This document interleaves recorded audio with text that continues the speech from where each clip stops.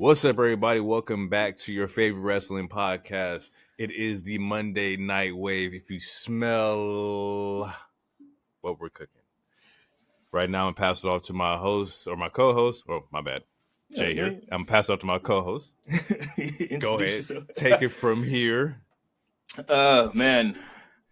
Welcome to our 420 show. Yeah. Where the views are going up and I want to smoke. Hey, it's the wild I like card. what you did there. It's the king of gorgeous. It's Mr. Sexy Ass Lottery. It's Hero. Thank you. Yes, and I'm glad to be back. And speaking of 420, Lone Riddle, bro, what you want to pie about? Bro. Hey, that was a great tie-in. Oh man, shout out to Bad Riddle. Yeah, this is we're back to the regular schedule, people. So you get 3 shows this week or this episode. Yeah, it was a good week for wrestling. We're picking up some momentum for sure. New belts, we'll get into that. Yeah, we got a lot to talk about. Yeah. And the Dynasties this week.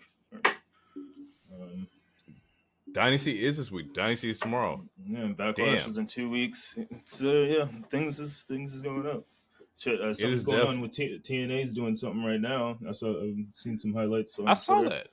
I saw they're doing some signings and whatnot. Yeah, Santana's back in TNA. Yep. I don't want to say I love Santana, but I like when the tag team version of him I saw between him and the Santana and Ortiz. Yeah. So yeah, shout out to Santana for getting back into a promotion. I know he's going through some depression and stuff like that. I think he had said that publicly. But shout out to him, man. Shout out to finding your happiness. So today's question, or this episode's question of the week, is what wrestling theme song would you walk into your job to? Now, this is funny because I saw this on Twitter, and I gotta shout the dude out, whoever said it, because it was funny. I was at work. I was like, damn, what song would I fucking walk into? What's your theme song for work? Let's see, where's that tweet at? Yeah, it was basically the tweet was putting on wrestling theme music while walking the job makes me feel better about going in, and I was like, Now I put on wrestling music, through I'm on the tread or I'm working out. I done definitely played the Tribal Chief theme song. Cody definitely done came out mid-set or came on during the mid-set. So wrestling music is on my workout playlist. But as far as what would you use to walk into your job? Now that's interesting. I mean,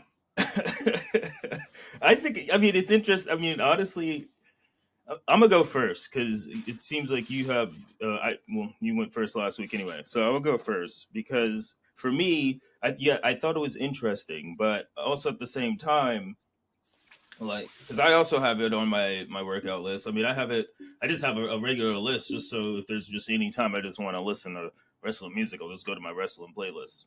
But it's also in my workout mix too. But I just feel like a lot of the songs that I listed on our top 5 is something that I would easily walk into. So I was like, let me choose something different. So I didn't go. Yeah, I didn't go in as in depth as you, but you did. You did actually name drop it. One of my songs I like to go into work to is the Roman Reigns, the Tribal Chief.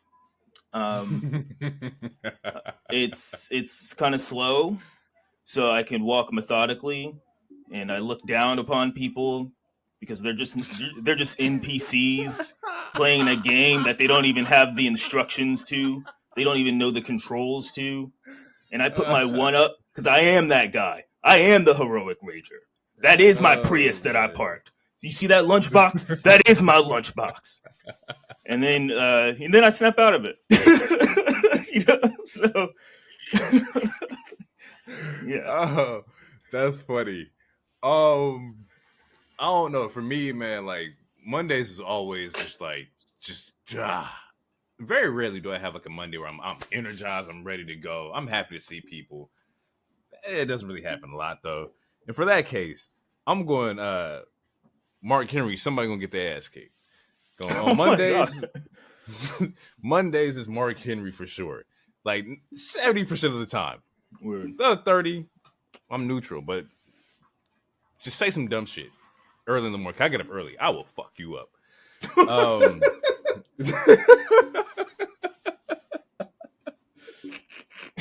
I feel it. I wake up early too. I feel it.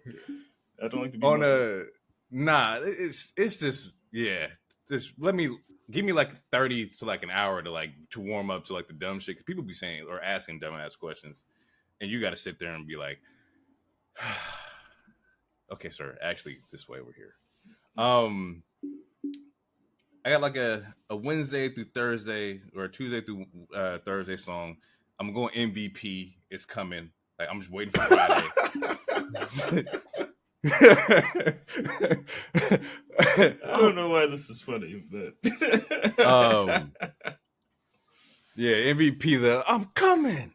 Pause. No one wants to stop me. All right. Friday we almost here, and when I get to Friday, I got a Miz awesome because we done made it through the week, and at this point, yeah, I'm cool. We had a great fucking day. Now, bonus. When you come back from that vacation or come back from that PTO, it's that final boss rock. That's it. When you come back here, you look around like, yeah, I'm back, and then just the cycle starts all over again. So yeah, there goes my list of songs that just kind of like fill out my week or the theme songs of my week. Yeah. So without. I think that was good. I think that was without diving into that anymore. Let's jump into the news section. What we got? Man. Okay. So first on the list, I have Cruz del Toro. Apparently, he underwent some successful surgery. I have no idea what the surgery was, but it looked like his arm is wrapped up, so like maybe like a wrist or something, forearm. Mm. But it was successful. So but yeah, he'll be out for a little bit.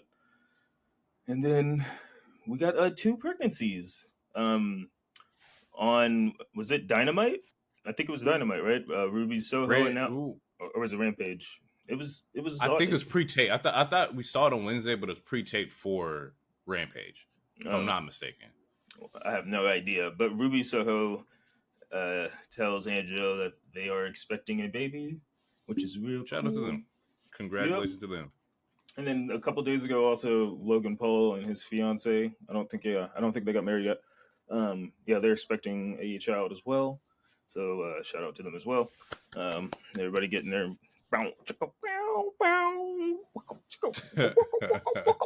yeah, I appreciate it. Yeah. All right. So the Oklahoma Athletic Commission sent AEW a warning about having a transgender talent in regards to Nyla Rose perform. OSAC, which is led by Dr. Larry Lovelace, warned AEW that if this happens again, they'll have to take punitive action. First off, yeah, go for it. The whole state of Oklahoma can kiss my ass, bro. Yep. Because it's like Nyla ain't done nothing to nobody. Like, and the fact that first off, OSAC is crazy. OSAC in professional wrestling is nuts because like OSAC is used for like collegiate sports and like high school sports and shit like that. Or OSAC, my bad, not OSAC. It's to regulate that. Like, what is it to regulate in professional wrestling? It falls under their guidelines for some reason. Like, fuck out of here. If I'm either first off, I'm Tony. I'm not booking shit in Oklahoma. Granted, you can't afford. I mean, you could afford to do that, but they gotta like look at their shit, bro, because y'all can't be like trying to make my talent uncomfortable. Fuck out of here. Yeah. Also, on a more positive note, though, I do like the amount of support that came out for Nyla was fucking insane. Like, there's a lot of people that were showing support and showing love to her. Like, that was really fucking cool to see. Yeah, which is well deserved because that's a bunch of bullshit. Fuck Oklahoma. Fuck Larry.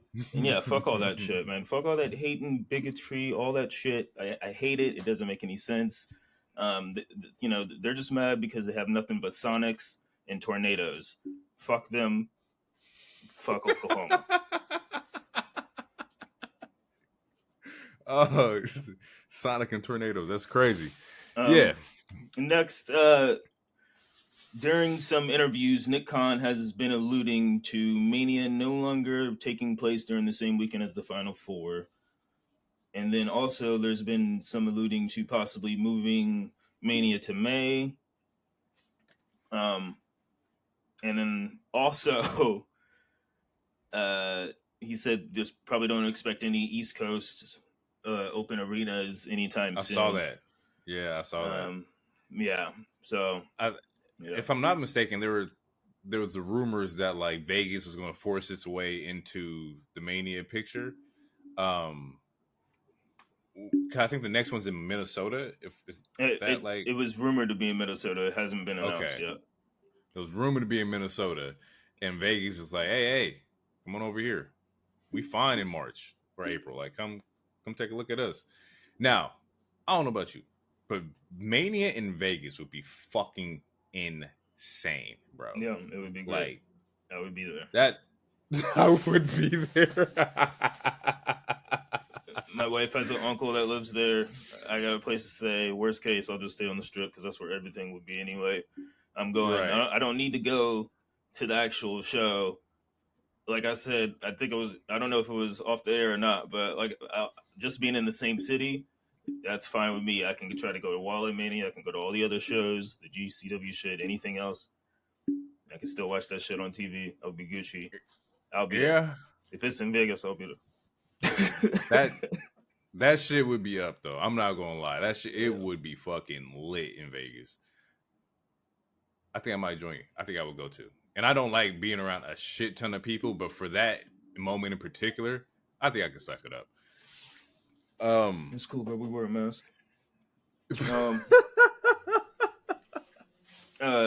During a talk show, while they're on this, half of them are on this UK tour.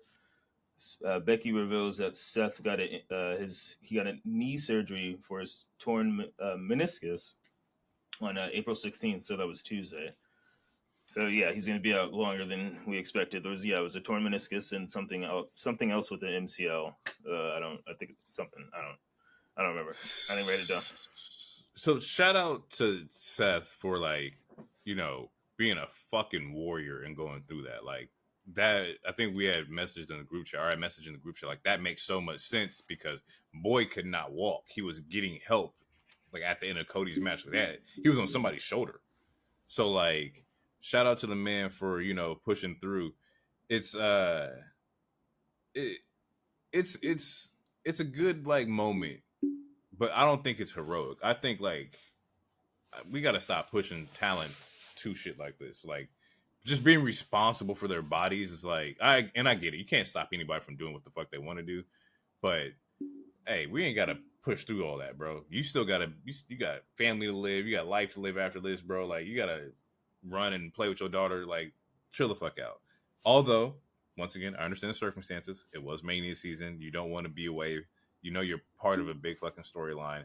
But goddamn, bro, the nigga couldn't walk. Like that shit was fucking insane, bro. Damn, I almost spit up my cider. I saw somebody they made a joke. It was fucked up. But I ain't gonna lie, I chuckle because these niggas is petty as hell. It says something like maybe the the grind that he was running from was the sound of the cartilage rubbing together. And I was like, you motherfuckers is dirty. Like y'all fucked up for that. Like it's funny to see like the pettiness that people like play with.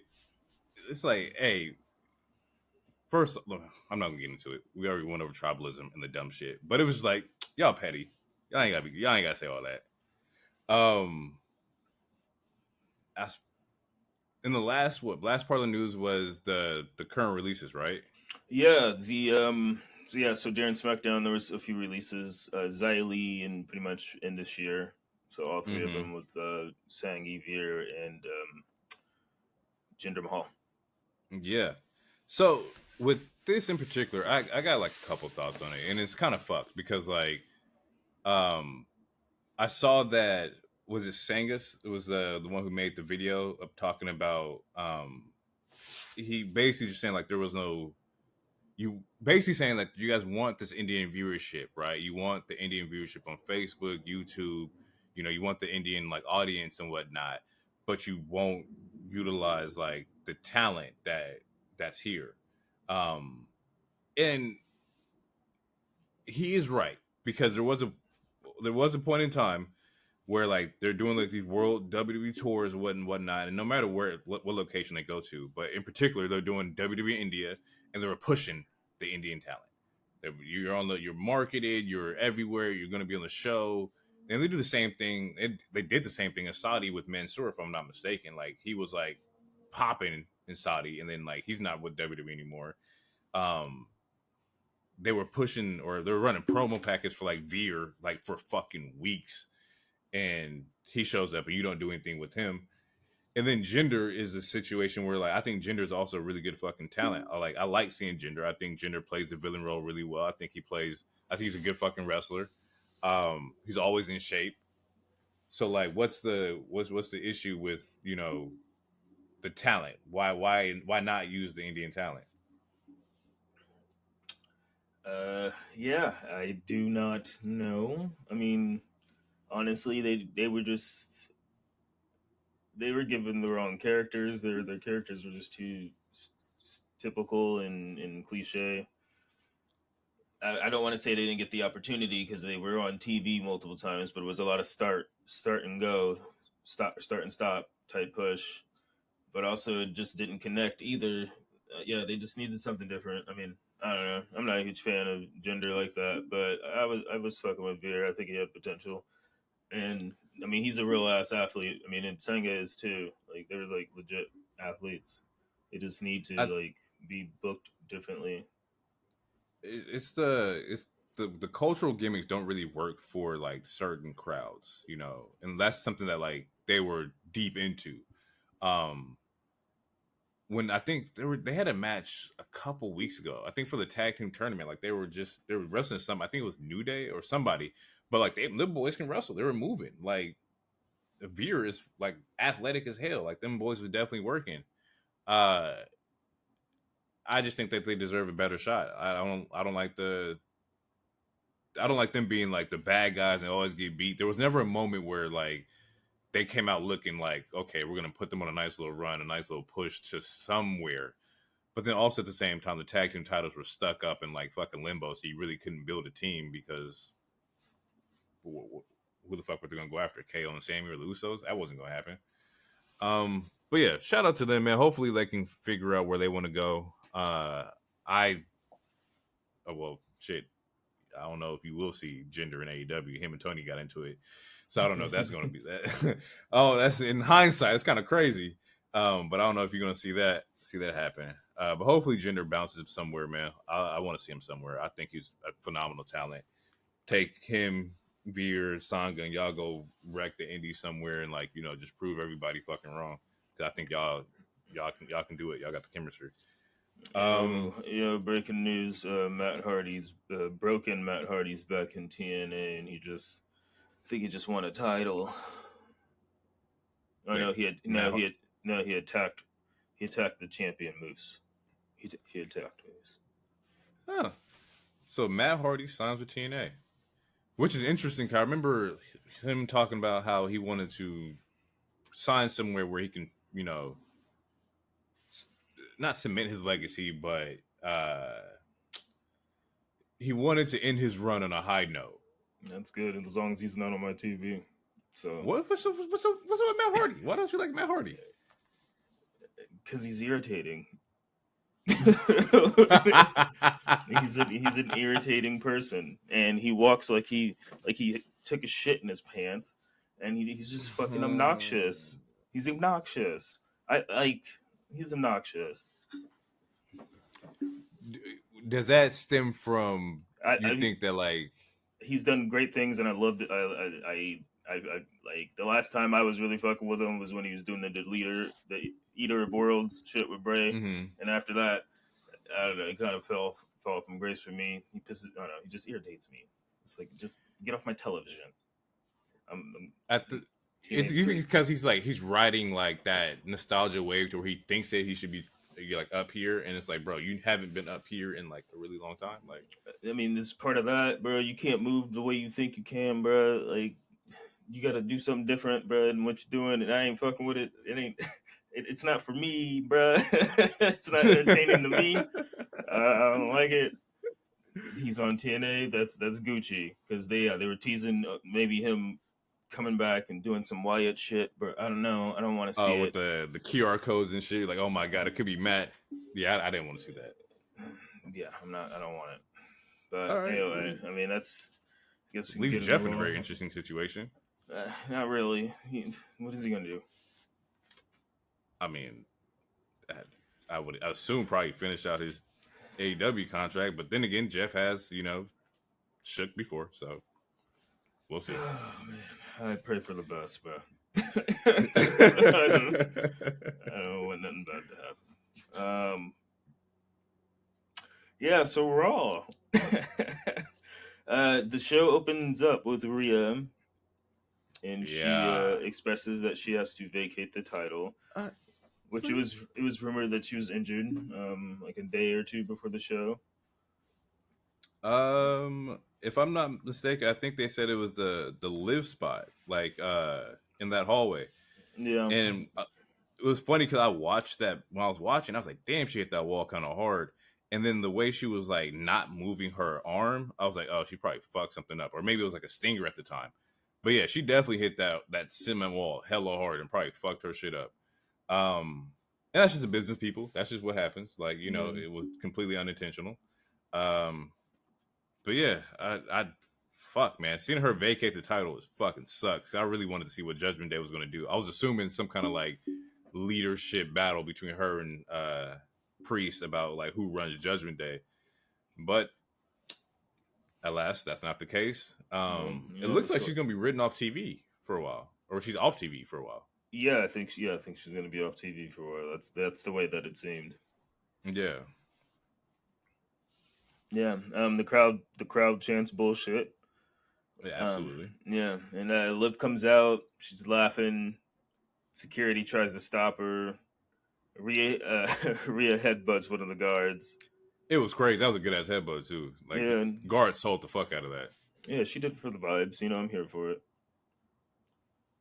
And that was pretty much it with all that. And it's kind of like a so. face off. I wonder how they determine like who gets and I don't mean this like in a weird way, but who gets like the Seth or Roman treatment where like you can be champion and you just won't be in nothing. Like why do you think that you can't go that way with her? Do you think that it could be based off of like healing time of their injury? Like, do you think they have like a certain list of like, okay, well, if you sprain an MCL, you come back in 2 to 4 weeks. The fuck was that? Nigga, what the hell? I just heard a big ass bang, man. Nigga, I don't the know fuck? I don't know what that was, bro. Goddamn scarecrow in the water supply. Anywho, I think I think a part of it is like the kind of injury, like an arm injury, like without her being able to do things like the riptide and stuff, then she's not. I mean, that takes away a lot away from her being Rhea Ripley. I think that's a part of it. Maybe the healing. Maybe if it depends on if it needs a surgery or not. I'm not really sure, but I don't think it's a gender thing. I see like a lot of people try to make it like a whole gender war thing. I don't think it's like that either. But it was just interesting. Like it's an option. I've seen people do it before. I think that maybe it's just based off of like severity of the injury, rehab time of the injury, and also healing process or healing time as well. Either way, it's going to be a very interesting next couple weeks for Raw. To kind of see who will be the women's world heavyweight champion. Yeah. That what they? Yeah. You got any prospects that you would love to see get the belt? Anybody you think that? No, man. Honestly, it could literally be anybody. Plus, draft is coming. Yeah. So like, plus the draft, but yeah, there was a list of who was going to be in there, and it was pretty much goddamn everybody. So because there's going to be a battle royal for the title. let me see if I can find it. It says the women included was Becky, Liv, Nia Jax, Maxine Dupree, Chelsea Green, Natalya, Katana Chance, Indy Hartwell, Zoe Stark, Kaden Carter, Candice LeRae, Shayna, Xia Li, well, fortunately, Tegan Knox, Piper, and then Ivy. Yeah, and realistically, you can put that title on like 10 of them and create like a crazy story. That's what I'm saying. So now it's really, yeah. Honestly, you just honestly, I don't know, man. They could roll the dice and just be like, or spin the wheel, and whoever's headed like, and just create a story from there. I would personally take anybody except Becky because I've seen it. I just want something different. It looks like in this new era, he's trying different shit anyway. So anybody but Becky for me, and I'm cool with it. I just want to see a newer storyline. And that's no knock to Becky. Becky's just already accomplished. She already has her shit. Yeah, but hopefully, not hopefully, but Rhea comes back earlier than expected. Because she was white hot. I think she was by far one of the most over superstars in the world. So definitely, hopefully, she heals right and she comes back ready than ever. Yeah. Yeah. After that, we get a video or a little. She goes to the back and all of JD hugs her, and they say, "Yeah," and she says goodbye. So yeah, it seems like she's gonna stay off TV for a little bit. Right. Yeah, that was. Yeah. You don't really see an emotional Judgment Day. They all hugging and shit. Like, all right, y'all really is a family. All right, I fuck with y'all. Okay. Yeah, man. Yeah, family is everything. Dom Toretto would say something about that. After that, we get Sheamus comes back. He has some old music. Yeah, shout out to Sheamus. Sheamus. He was gone for 8 months because it was a long ass time. I didn't know the exact number, but they said it, which was cool. He puts on a nice nerve issues. Yeah, he had some neck stuff that was going on. That shit's fucking crazy. Because I think I asked like before Rumble or Mania or somewhere around there, I was like, oh, maybe Sheamus comes back. But I didn't know Sheamus was really going through it. Like, nerve issues in your neck, man. I think the tweet that he had put out, like, he didn't know that he was even going to come back. Like, he thought it was raps. So definitely shout out to Sheamus, man. Like, it was definitely good seeing him. I also saw the body shaming. It's like, bro, Sheamus is going to get right. If there's one person I know who knows how to take care of their body, it's Sheamus. Yeah, for real. Have you seen the Celtic workout videos on YouTube? They're fucking insane. Leave that man alone. Like, he gonna be right. And shout out to him for making fun of himself too, getting it on the laugh. It's like, that's how you got that confidence. Yeah, absolutely. Because all that body shaming is unnecessary. Body shaming is wild. First off, like I could never go on the internet and be looking at somebody like, man, you big as hell. Like, the fuck do I look like? Fuck out of here. That's fucking crazy. Go ahead, Sheamus. Do your thing, man. Yeah. They call it thickness. Wow, that's wild. We get a white noise spot.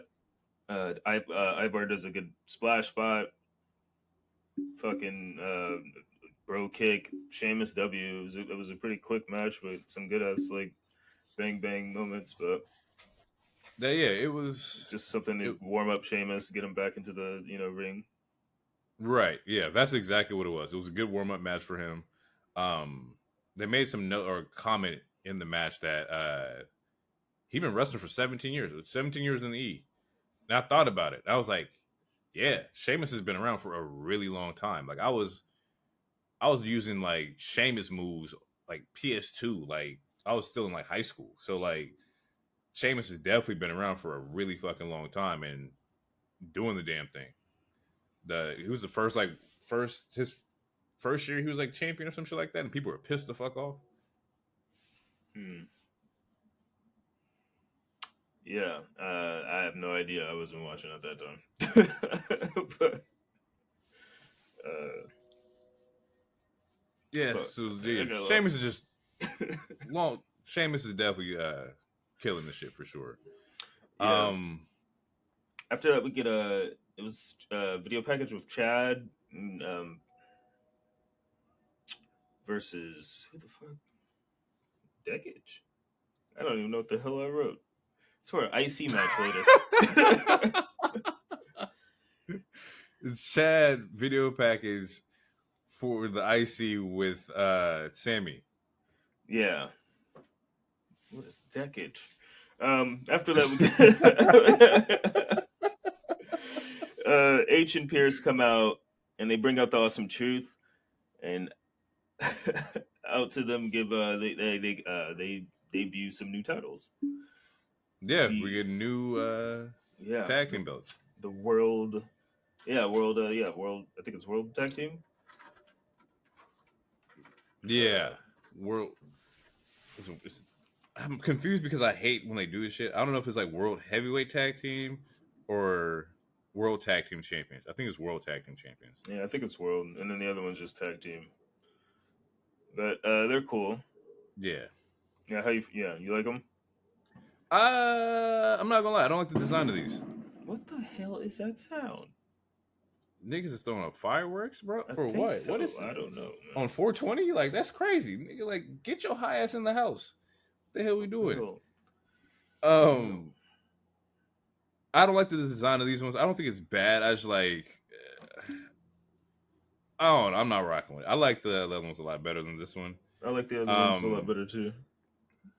But we will get to that. I saw somebody do it because somebody was like, "Oh, it looks like a pizza," and I don't know why I see pizza, but I do. Maybe it's because I'm hungry, but I do see pizza on these fucking belts. That's what they look like to me. Well, I don't know. I don't like the red. I don't like the red on the gold. Either you go pure gold, or you give me like red somewhere else. I don't like the World Tag Team Championship red. It bothers me. But neither here nor there. We have new titles. These are better than the last ones, than the fucking red belts. I take these over the goddamn red belts. Right. I feel with the fucking Spartans on them. Yeah, the penny titles. The penny titles? Yeah, I think that's what they're like called, the nickname. Fuck. Because the original ones were like copper.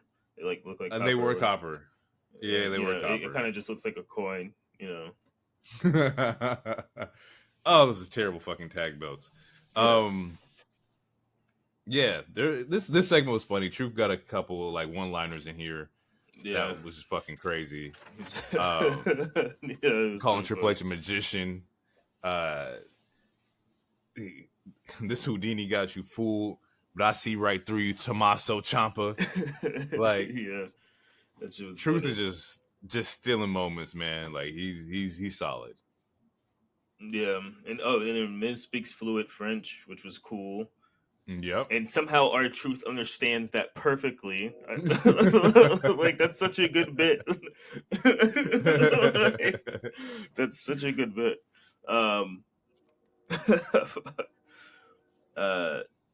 So yeah, it sets up a triple threat for the number one contenders for the title, which is DIY, the New Day, and the Creed Bros. And while the New Day come out, we get a QR code for some spooky shit. QR codes is cool. I don't do them, but it's a good way to get like the people at home interacted in it. As far as this match go, I don't know, and we said it before, but the Creed brothers are fucking nuts. Oh yeah, man, they're great.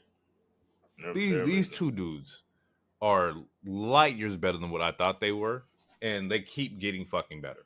Like, I don't know if the rumors is true. I saw something about them being with a certain superstar pushing forward, and if that's the case, I'm here for it. But we'll get into that a little bit later. Right. I got a couple spots in this match. Go for it. Woods has a tornado DDT that was fucking mean in here. Julius Creed is just fucking tossing Kofi everywhere. The one-arm suplexes to the New Day from Julius. Like, he had both of them in each arm and flipped them. Like, yeah, that shit was fire. The roll-up belly-to-belly pin combination from Brutus. Like, Creed brothers are just freaks of nature, bro. Like, they are literally like what you're looking for in like a suplexing tag team. There was spots were Creed. Yeah, there was a certain point where there was just, I don't know, it might have been like 5 minutes. There was just fighting. There was like no tagging. There was just nothing. Just like, scrap. It was just a bunch of niggas fighting. It was just wild.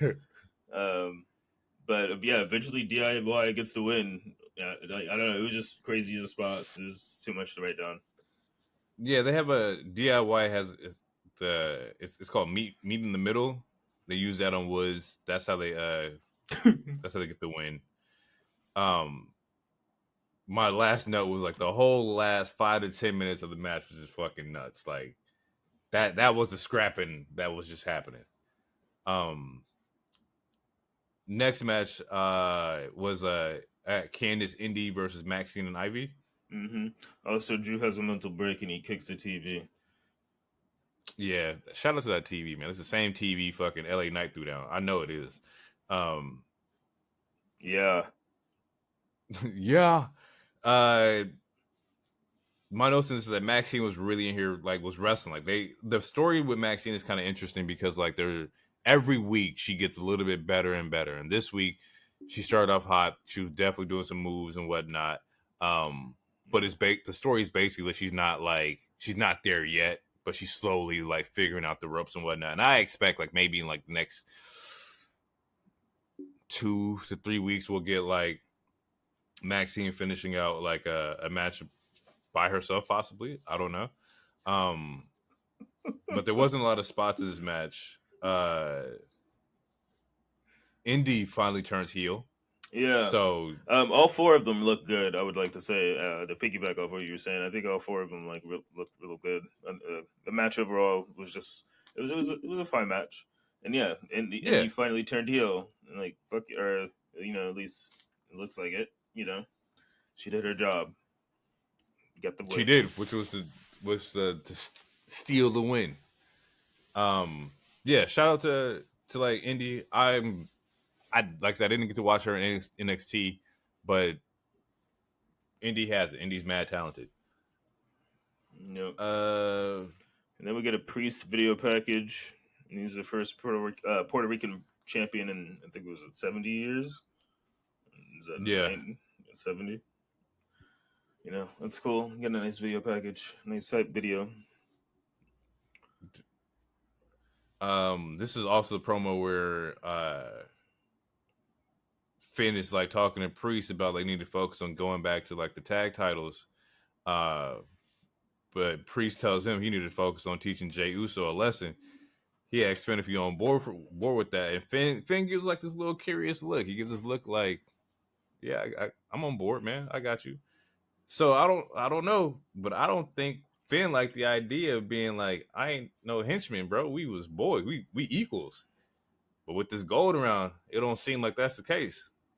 Yeah, I'm not really sure. And then there's something later, that alludes to. Yeah, I don't know. Judgment. We don't know. Yeah, Judgment Day is. We don't know what direction they're heading, but the end is probably soon. Unfortunately, which is crazy because they got a great fucking theme song. I can't. I don't want it to go away, but as long as it's always on my phone, I'll be fine. Yes, the trajectory of Judgment Day is going to be very interesting, especially with like Rhea's exit and how that works too. But we have an Andrade versus Dom match. You got any spots for what you want to say about that? Shit. They both tried the Three Amigos. That was a dope ass spot. There's a Canadian destroyer on the apron that Dom does. That shit was fire. You know, you don't see those often. I mean, in this company. What the fuck was that? Oh yeah, but yeah, essentially, Andrade gets the win, and then he gets jumped, but Ricochet comes out with the save. So I mean, He it does was a come up quick with match, save. but it was a cool match. It was some good spots. I like his finisher. The messenger's growing on me. I think the more and more I see it, it's looking pretty fucking deadly. Or at least the people who selling it make that shit look deadly as fuck. But yeah, it was a pretty quick match. Not a lot going on there. We then get Chelsea Green and Piper versus the EDM girls, Katana Chance and Kaden Carter. This was also like a very quick match. I don't even have like spots written down for this match. No, it was and cool. the thing is, like, when I go into these matches looking for like anything that I can pop out, I'm like, oh, that was really cool. So I'm not dogging anybody, people. I just really don't have any spots for this match because it was so goddamn quick. Yeah, it was a match. You know, it was a match. It was fine. There's nothing. Yeah, there's nothing like to point out. Yeah, but it was cool. They got some TV time, and after that, a Liv promo happened, and kind of seems a little heelish. I don't know. We'll see. It was definitely a little more, aggressive. Or what was it? The LMRT Liv Morgan Revenge Tour. yeah, I do want that shirt. You know, I like that. Liv Morgan Revenge Tour is kind of cool. Yeah, watch me. You know. Then Cody comes out. Mentions the draft. Thanks, Seth. Talks about the Rock shit. Well, with the Rock handed him, pretty much alluded the watch or whatever gift that he gave the Rock during Mania weekend. But yeah, the speech was kind of given like, oh yeah, I'm gonna go to SmackDown. That's what it pretty much sounded like. It was like, yeah, I'm about to leave the show. Because he says at some point like I'm here even though I'm technically a SmackDown superstar. Then it sets up Jay coming out, and Cody asks, if you want, I'll have your back. Or do you want to yeet alone or some shit until we yeet again? All this other shit. But yeah, Cody leaves, and yeah, it sets up Jay versus Finn. It definitely seemed like it was a farewell for Cody. Cody's like, he is the SmackDown champion. He got to be over there. So we definitely got the end of Cody on Raw, which is right. The story was completed. This is what we wanted. This is how it was supposed to play out.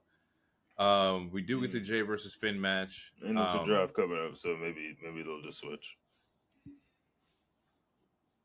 You know, with the draft coming and like these new champions and whatnot, do you think that's a possibility? Do you think that like you'll just swap champions, especially with the Netflix deal coming and whatnot? You could. I mean, they have the opportunity, and I feel like they would want Cody on Raw, but I don't know. Yeah, something's going to happen. I expect like some major change to happen because like we've been talking about the Netflix deal for a while. Like they need that shit to start getting ramped up. You probably see some crazy shit. You might see Bloodline go to Raw. With this Jay versus Finn match, it was a very solid match in my opinion. I got the. It's funny because all my notes was for the way the post match. Because Jay gets the win over Finn, but like he has a super kick to Dom that was fucking insane. Oh, really? Like, yeah, fucking Finn was talking cash shit for a little bit too. Shit was fire. Beating his ass. It was a good match. Get a spear to the splash. Yep. Yeah, and then Priest and Jay have a face off. Yeah, because like they come out, or after Jay gets the win, Judgment Day comes out and jumps on Jay. Um, but it was before, or like you said, Priest comes out. Jay has to stand off for Priest because he's the number one contender. Judgment Day jumps Jay. Priest is looking at them like, "Yo, what y'all doing? Like, ain't nobody give y'all the order to start jumping people." Yeah, he Like, looks disappointed all of a sudden, yeah, like, even though earlier he was like, "Let's go, let's show niggas we real." And like the last time I checked, go handle him. Judgment Day was always about whooping down people. Oh, anybody, yeah. So like, what changed? Yeah, I don't know. Yeah, I don't know. It's weird. He's being weird. I don't know. See, the thing is, we're thinking about Priest disbanding Judgment Day. What if Judgment Day turns on Priest?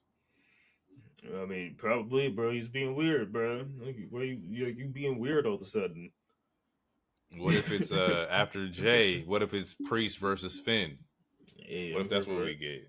I'm down for that. Give it to me. But as Jay gets out of the ring, like he super kicks Dom, and there's a transition spot where he's going through the crowd. And bro, the camera work is fucking amazing. Ill, bro. It's so fucking tight. So he's walking through the crowd, going up through the crowd, and goes through like the stadium and pushing fans out the way because one dude did try to walk in front of him. He had to like, bro, get the fuck out the way. Like he's still on TV. Bro. Get the fuck out the way, bro. What the fuck is wrong with you, moron? And then he runs into Sammy, who's looking outside at the stadium, and like that whole transition shot was just fucking ill. Like that shit was so fucking dope. Yeah, it was amazing. And then he runs into Sammy, and he's just like staring up, looking at this, looking at. And the memes from that have been so fucking hilarious. Have you seen any of them? Yeah. Okay. No, I haven't seen the memes. You haven't seen any of them? Because it's like a picture of like what they're looking at, and then the other picture is like something of what they're. It's not gonna be funny the way I explain it. God damn it! I'll just have to find you one. Oh, that's funny. But yeah, it's amazing ass camera shot. Just the whole scene, and dead ass easily. I mean, this is no hyperbole because it's been said. I feel like all across online as well, but probably one of the greatest entrances of all fucking time. When Sammy goes through the crowd, that shit was just absolutely amazing. Yeah.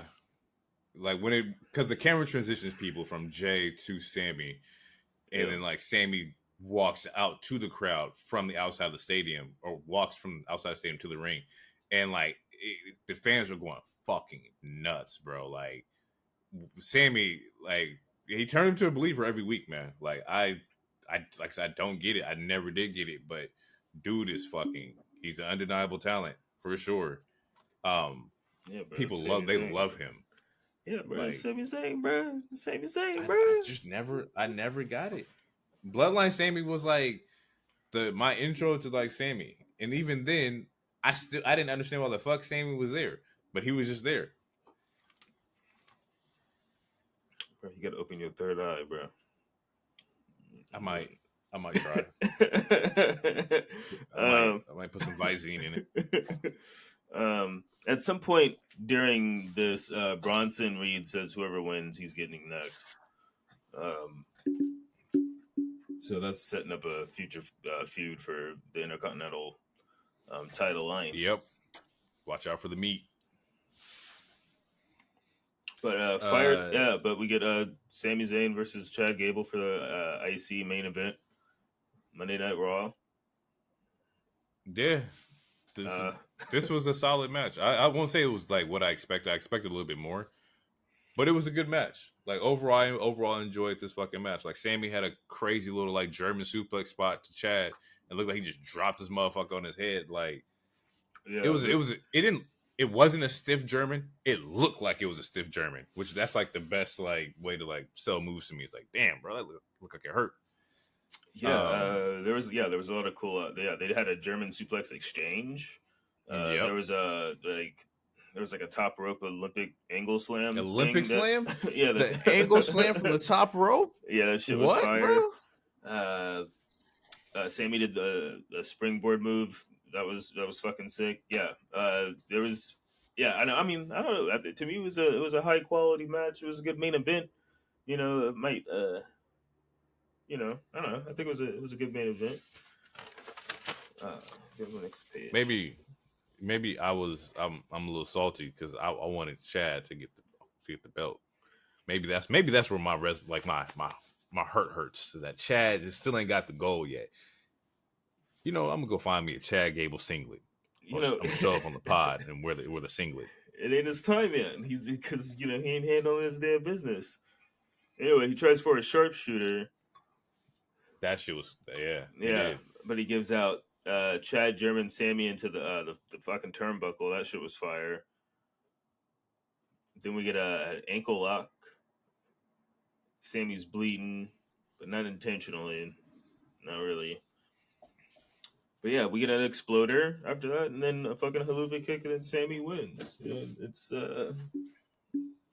it wraps up pretty quickly at the end, but all the shit before, it was solid. I don't know, it was a solid match. The ending is what like got me, because this is where the shit really turns up. So like, Sammy out there, you know, handshaking the crowd, sees his wife, goes to give his wife a hug, and a nigga gets German suplex out of a hug. That is my dream. It's a German suplex a nigga out of a hug. Like, you're all comfortable out of his wife's hug.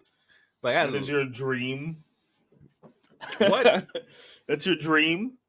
To be a menace? Yes. Nigga, what the hell? You imagine, like, I mean, I respect it. Nah, this would be fucked up. You had somebody's high school graduation, they like, oh, hugging moms, and you just German suplex a nigga out there cap and gown. Oh, lovely.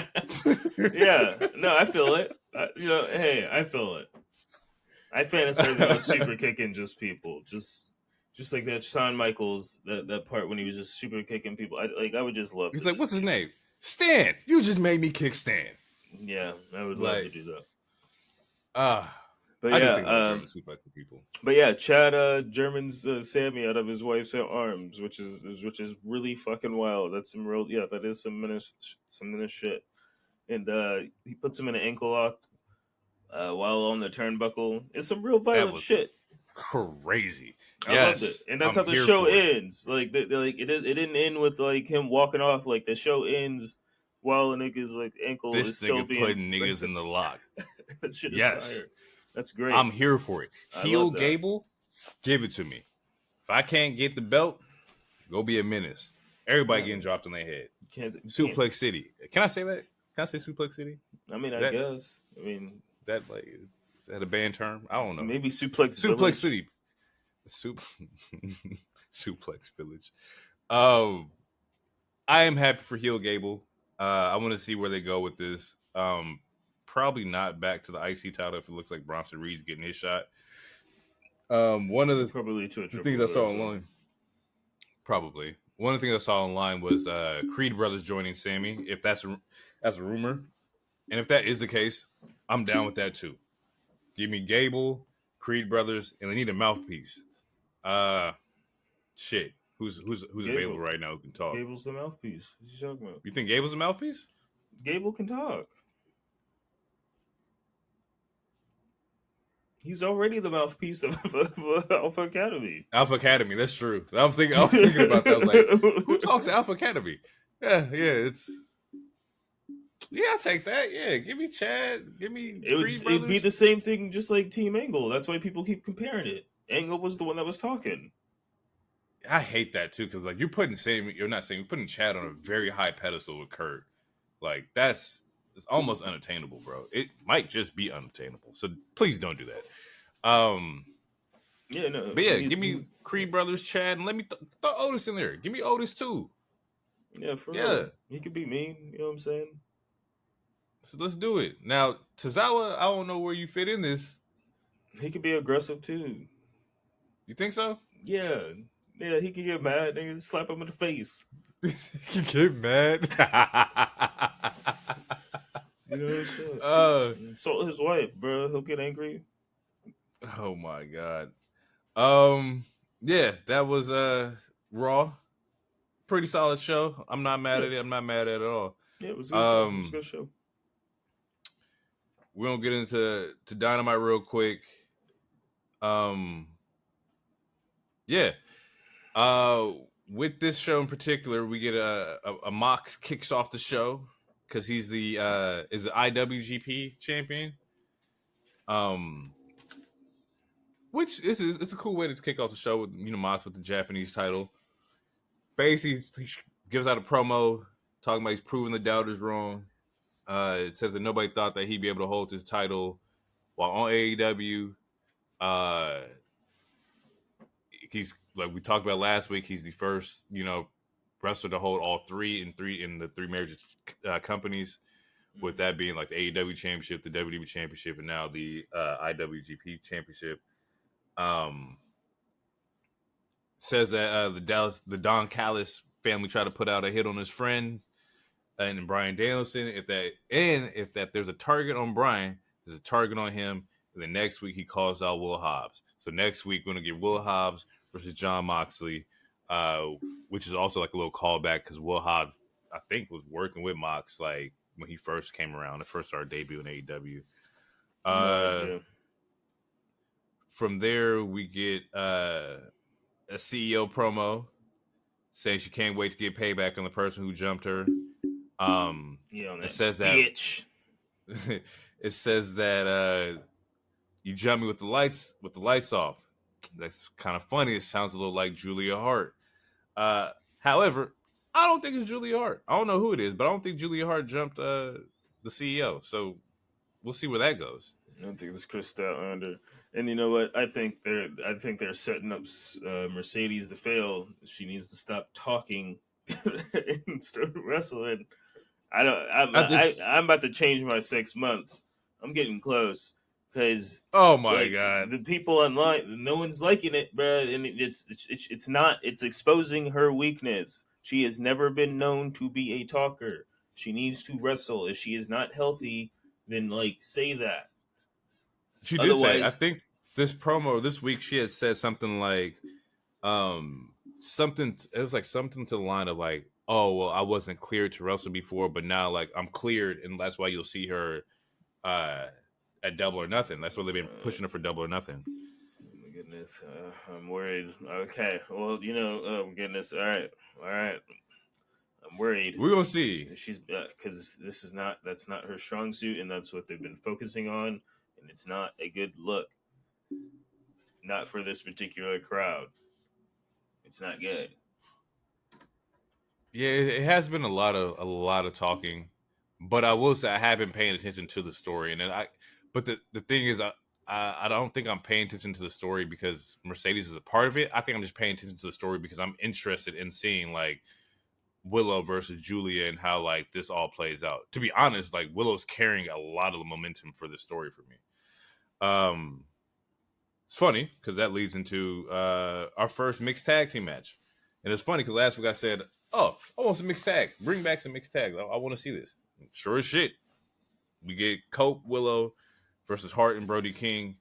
Prior to the match, Willow gets attacked from the back, so Cope is out there by himself. Couple spots in this is that there's a mean crossbody on Cope on the outside from Brody King. When Willow does come back, because she comes out, she and Julia Hart shakes and was nowhere to be found for like, the stereotypical I tag in, I fight the woman, you fight the man kind of thing. No, she said fuck that, and she went after Brody King, which I thought that was fucking dope because you don't see that happen. Like you just see the women versus women and the men versus men. She was like fuck that, and there's a whole fucking crossbody on Brody King. I fuck with that. As she's in the momentum with Brody and whatnot, Julia sneaks back in the ring with the steel chains, knocks her out, gets the pin, 1, 2, 3. CEO comes out in the match to help or prevent Willow from getting fucking beat up some more. And she confronts Julia about the attacking, and like I said before, I don't think fucking Julia attacked her. Like you said, Statlander sounds a little bit more likely. Stat versus Mercedes for her first match would be that's a solid first match. It's a good intro match for me. No, but she just need to have a match. That'd be good. She gonna have a match. She gonna be fine. I'm worried about it. I need. Don't be worried, man. Everything is gonna be. I don't think like if there's anybody I don't have to worry about, it's Sasha. I think Sasha gonna be or Mercedes. She's gonna be just fine, bro.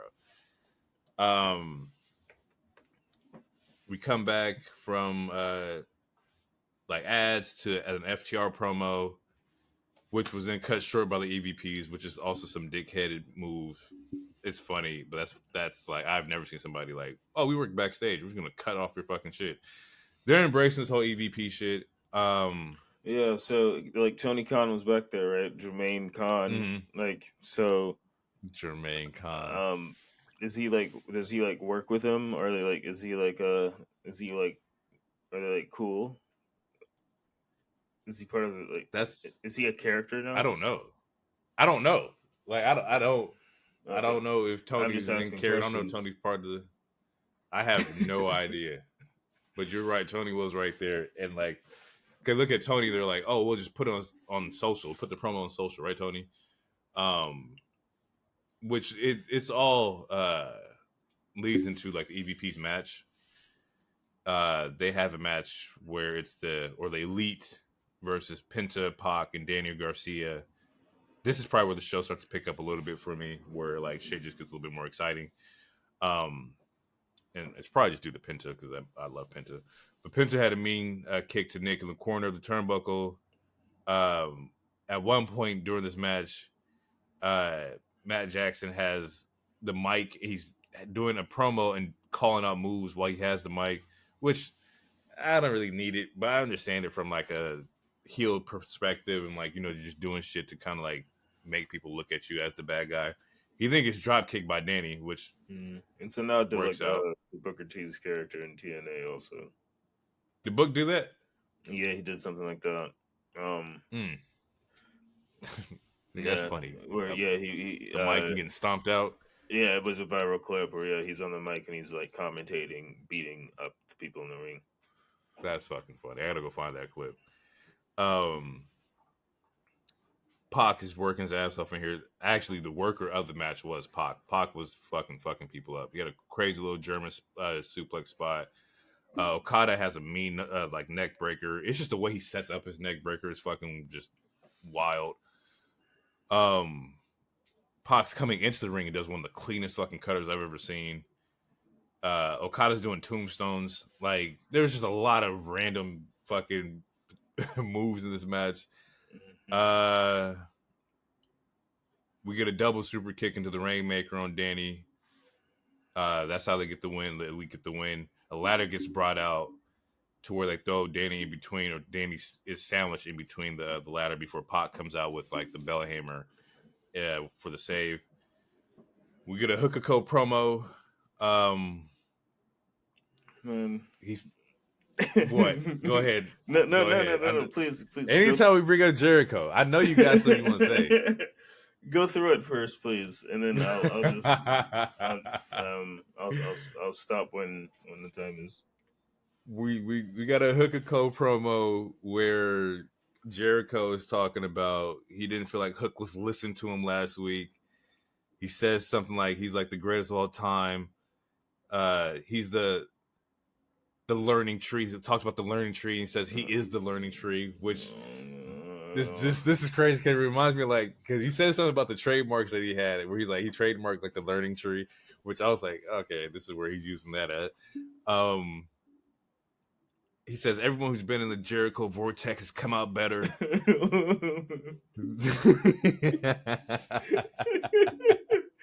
Oh God! You gotta get to the top of Wizard Mountain to breathe this rarefied Jericho air. What the and fuck? He has. he asks. Oh, bro. I made extra detailed notes of this because I knew I was like, yeah, I'm about to give Hero all this because he's not gonna like this. Oh my God! Oh man, bro, you oh my God! The fucking Wizard Mountain. That is some fucking KKK shit. Wizard Mountain to breathe What this the rarefied Jericho air. This rarefied Jericho air. Somewhere along the lines, he asks, it's like asking Hook what he thinks about being trained by him or what he thinks about it in some situation. And Hook's like, nah, bro, no. He says he doesn't need your help. Jericho's yeah, because that's like the stranger offering you candy. That's some weird shit. That's what it feels like. Imagine working with somebody and then your coworker says, "Yo, come here and ride the Jericho train into the Wizard Mountain on top of sucking my air." Like, what are you talking? Like, the fuck are you talking about, bro? Stay the fuck away from me. I should get a restraining order on you. What the fuck is going on here? Fuck, I forgot to mention. Meanwhile, during this whole promo, Taz is in the ring. I don't know why Taz is here, but Taz is also in the ring. It is Taz, Jericho, Hook. Like, Taz ain't been in the ring for anybody. He hasn't been in the ring when Joe was whipping on Hook. Like that. So it didn't make any sense to me. But Taz is in the ring, and Jericho looks at him like, "I'm doing what you should have done 30 years ago." And give him some proper guidance. And in my notes, I said, Hook is 24. What do you mean? Where's his 30 years? Like, I don't know, bro. Jericho, the young kids say he gives me the ick. He is giving me the ick. He says he needs to help Hook get rid of the dead weight. The Taz and Jericho tension is rising. Jericho pushes Taz. Hook then runs Jericho into the turnbuckle and tells him he can beat him anytime and anywhere. And this is where I have a problem. Okay. Now, this nigga just pushed your dad, and then you're gonna threaten him. That's what I was tripping off with. And be like, I can fight you any place, anytime. He's right there. Do it right now. He just pushed your dad. Do it right now. What are you doing? And so that's my thing too. Like, okay, if Taz is in the ring and he serves no other purpose than to be like Hook's like motivation to jump on Jericho. So he pushes Taz, and then you just push him into the corner with the mic. It's like I can get you anytime, anywhere. It's like, no, this is anytime. Knock this motherfucker out right now. Like, a German, a T-bone suplex, or whatever. Like, do something, bro. Like, and what makes it worse, he doesn't come off threatening. He looks like a villain from Johnny Tsunami or something. Like, it doesn't. It's oh my gosh. I don't know. Jericho is just sucking his soul like Shang Tsung. It's gonna be terrible. I don't like it. Shang Tsung. So Shang Tsung is so funny because it's so accurate. Jericho is definitely Shang Tsung. Yeah, that's fucking nuts. But yeah, that was a moment where Hook should have definitely like jumped on Jericho and like, gave him something. But like, I don't know, it just didn't make any sense to me, bro. I was like, what the fuck? Yeah, Hook and Co promos are confusing me. We now get a Swerve promo. Swerve says he's been stumbling, but he's falling forward. Says this Sunday he'll be a champion. Before cutting the promo short and like, yo, matter of fact, I just want to talk to Joe in person. I'll go and like, let me just see him face to face. We then get a Mariah May versus Deonna Purrazzo match. I love this match. It was not love it, but it was a decent match. The story implications came after the match. Deonna ends up getting the win. Tony attacks Deonna afterwards. Thunder comes with the save. Once again, Deonna and Thunder are not seen eye to eye. They really don't fuck with each other. So do with that what you want. Thunder ends up coming out and knocks Tony down, smears lipstick all over Tony's face. And from who I was watching this, she was like, yeah, I don't understand. Like, that's hard to get off. Like, putting all that lipstick on is very hard to fucking get off.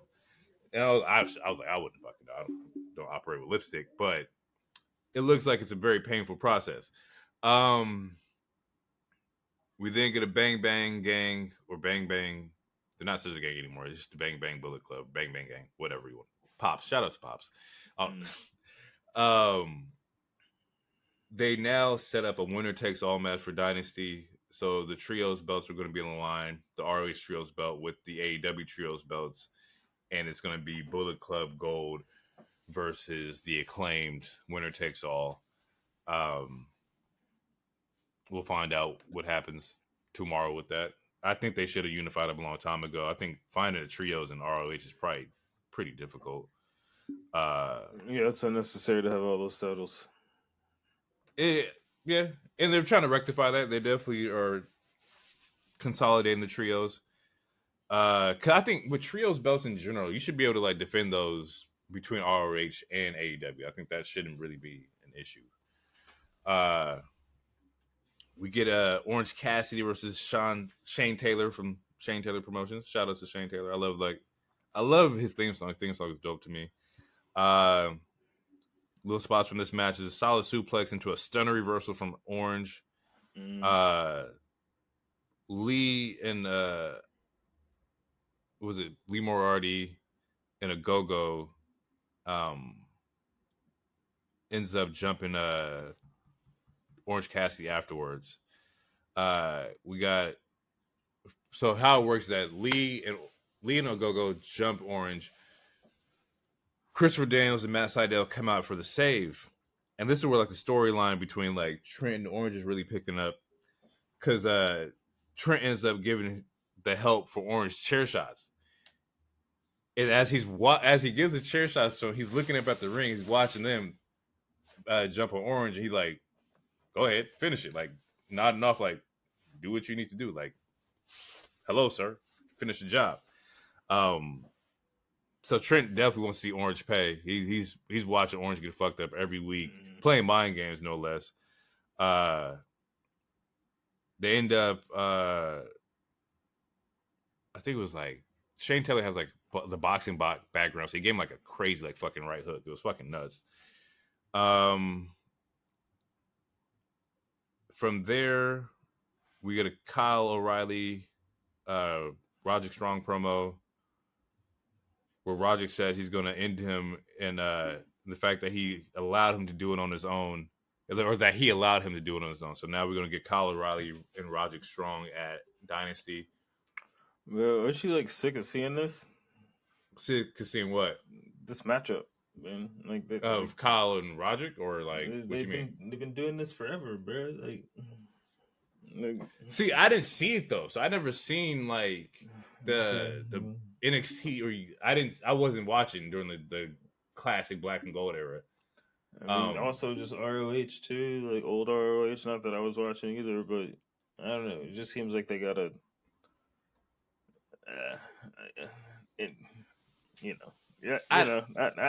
From I like it. From my perspective, I haven't seen it, right? So, from me personally, I'm not tired of it. I haven't seen it. However, I would probably assume that working your first solid pay-per-view match, or first main pay-per-view match with your friend is probably a safer bet to go to kind of see what your limits are, because that person knows how the fuck you wrestle and can kind of see where you're at. I can see that. Yeah. But for somebody who has probably watched ROH and watched NXT and all that, you probably would be tired of it. They've done this shit before. I've seen clips of like Undisputed Era fighting each other before, so like this is not nothing new. Absolutely not. It's just rehashed and regurgitated. But also the same shit could be said on a lot of fucking rivalries and matches.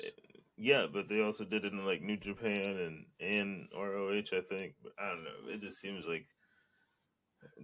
How many times? Like, have you seen it happen? Like, have you seen Roderick and Kyle?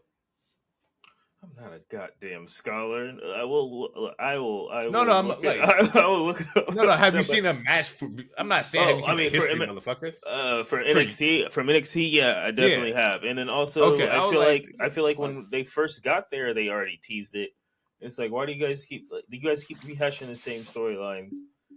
They're just going to end up being in the same group in a little bit, and then eventually Adam Cole is going to get healthy, and there's going to be the Undisputed Era. Undisputed King, yeah, probably. I wouldn't be surprised if that happened. That's what it's going to eventually lead to. And just that's probably Just stop circle jerking it and then just get to it now. Just do it right now. It's a waste of time. Yeah. But I think they can't do it because he's not healthy yet. When we've already talked about that, and they removed him from TV. They have listened.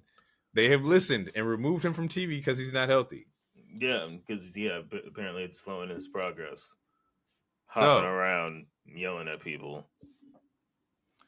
That's funny because I remember you talking about like, you gotta get off TV. He's not healthy. Get him off TV. And now, no more Adam Cole. We now get into like the main event of the match, or main event of the show, was Will Ospreay versus Claudio. And all my notes for Claudio are always the same, bro. Man is just a freak of nature. He has a catch where he catches mid-air early. Will has a crazy fucking Tiger Driver bomb. There is a unique reversal out of a sharpshooter into like a single leg crab from Cesaro to where, not Cesaro, but Claudio. He ends up in the sharpshooter, grabs this man fucking leg, and like flips him into like a single arm like fucking crab. The dude is just fucking naturally fucking talented. Yeah, this was like the exhibit "Pimp My Ride" of wrestling. Why do you say that? Oh, because it was like I gave you a wrestling move so you can wrestle and move while you wrestle and move while you're wrestling moving. It's just a lot of moves. There's a lot of counters. Yeah, there's a lot of things going on. Yeah, I would agree. I mean, but that's also expected from that kind of match. Yeah. Okay, here we go. I'm gonna say it. I will say I might be only slightly fatigued with the spot fest. Just slightly, okay? Sometimes I need to see something go through. I don't need like constant reversals into another reversal, and it takes away. Sometimes it takes away from the match for me. Sometimes people. This normally Will gives me like really great matches. I'm not saying this was a bad match at all, but I just didn't feel like a lot of like the Will like or with this, and I think a lot of it is that they just wrestle two different kinds of styles for me personally, maybe. Or maybe I just wasn't paying attention enough. It seemed like Cesaro, I mean, they definitely do wrestle two different styles, but Cesaro was trying to keep up with them. It seemed like Cesaro was trying to adapt close to his style while, still doing his own thing. It's kind of the way it looked like for me. This is... Yeah, it wasn't a bad match, but definitely... Okay. He did give he did try to do like the giant swing, and that was a cool reversal. I will give him that. It was like the giant swing, but then Will like fucking climbs up or uses his core strength to climb up and changes that into like a DDT, I think. So that was really cool to see. He ends up doing like a corkscrew driver off the top of the rope, and then we get like the hidden blade for the win. I think that they're setting up. At some point, we'll get Don Callis family versus BCC, which I'll be okay with. I'm cool with that. Like, I'm cool with seeing Ospreay, Hobbs, Takeshita versus Daniel, Mox, and Claudio. Like, I think that'd be a really good match on Double or Nothing. I think that sells for sure. Yeah, that's what they're leading towards.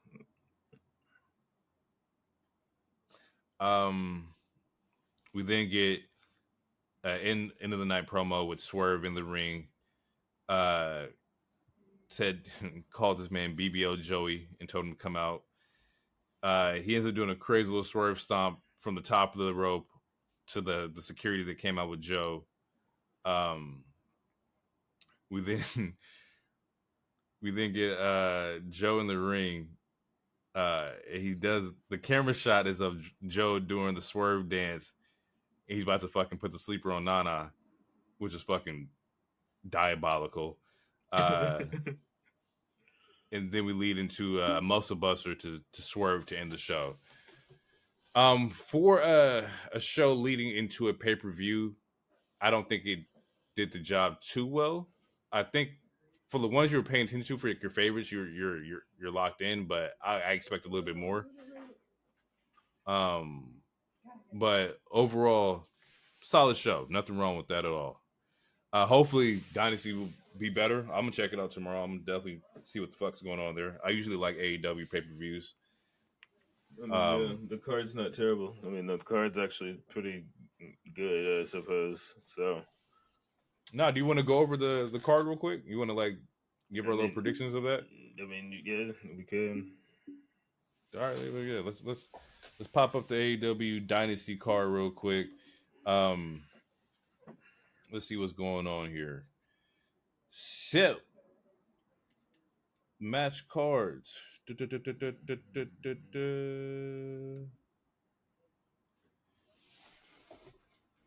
All right, and of course we don't have an order. My laptop's being slow. Sorry, I got to pull it up right here. We'll start off with the Trios Championship. So, like I said before, we got the Acclaim versus Bullet Club Gold. Personally, I think that Bullet Club Gold comes out with this one. I need a solid like heel run from them. And honestly, I think the Acclaim has gotten a little stale, to be honest. Bullet Club Gold. Yeah, I think they're winning that. We get a trios match, or another trios tag with Copeland, Eddie Kingston, Mark Briscoe versus House of Black. This is one of the feuds that's been going on like Rampage and Collision. Must watch. I'm gonna go. I don't root against House of Black, or just in particular Malachi Black, so I'm going House of Black for this one. Yeah, that's definitely not happening. Edge, all the average citizen looking ass niggas, they're winning this match. I'm going. I'm going Copeland, Kingston, Briscoe. The average citizen looking niggas. Don't do that. Don't say that. That's fucked up. I ain't never heard of somebody refer to wrestlers as average citizen ass niggas. That's funny. They just look. They don't. They don't look like wrestlers. If you saw them like out and they're like, oh, he's a wrestler. Like, really? Huh? I didn't know. Fuck. Here we go. You get FTW Championship. Hook versus Jericho, and I don't care, bro. I'm sorry. I try to be non-biased, but this one in particular is just. It's for the FTW Championship. That's what I'm saying. What is this championship? I looked this up, and it's like it's a Taz Championship. Yeah, it's not a real thing, but it's a thing. And oh my god, why is it on the line? Hook better fucking win. Hook better fucking win. This is fucking stupid. I cannot stand this shit. This is fucking stupid. Oh my god! If Chris Jericho come out with the FTW Championship, he needs to go on tour. Fozzy needs to go on tour. God. Yeah, I don't know. I don't even know the stipulations of FTW. Match. I don't know, bro. There is no stipulations. It just means fuck the world. It doesn't mean nothing. It's nothing. It's just a title. It's a prop. It's nothing. Yeah. Okay. It's just part of Taz's lineage. We're gonna skip that one. Jericho's gonna try to take it away from him.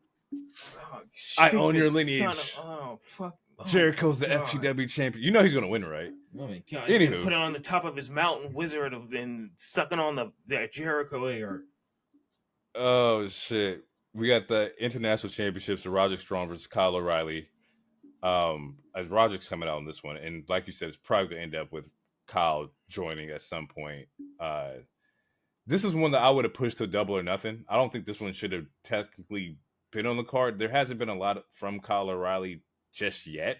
Like, he just came back the last pay-per-view at Revolution, so I would have pushed this one back until Vegas. But maybe they got big shit planned in Vegas. I don't fucking know. Probably do it again or something. Probably. I have no idea. Yeah. Yeah, probably right. Yeah, yeah, Roderick. Yeah, Roderick. They cheat. Matt Taven or whoever the hell was part of that group. Come I out. can see that. Little, Yeah. yeah, I can see that. TBS Championship, Julia Hart versus Willow Nightingale. Personally, it could go either way.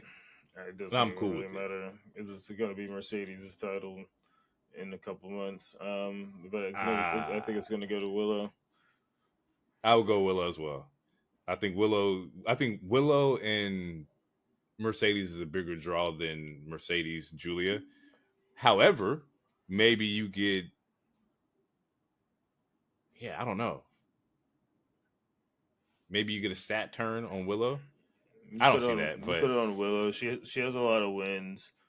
And she does. she's been working hard and been pretty consistent for like a year or so in the company. She could so yeah, she can get this win. I feel like, and yeah, it sets up a good match.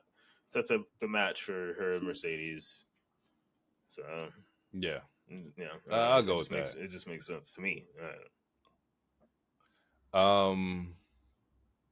Continental Championship, Okada versus Pac. Continental rules, which means that there's no interference. It's just 1-on-1. Okada's not losing anytime soon, so I'm gonna go Okada. No, and I think his visa lasts longer also, so I feel like it's gonna stay on Okada. Yeah, so Okada gets that one. You're a fucking dork. I just caught that shit.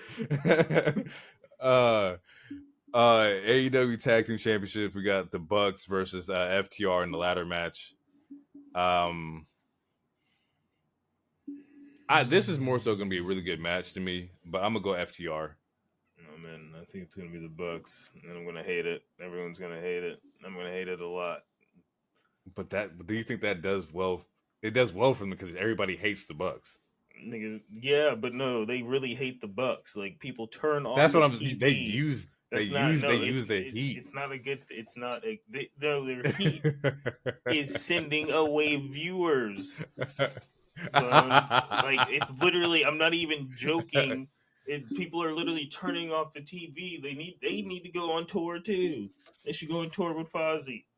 But I think they're going to win the titles just because they're assholes. That's their character. You know what I think? That's the character they're playing. So you might be right.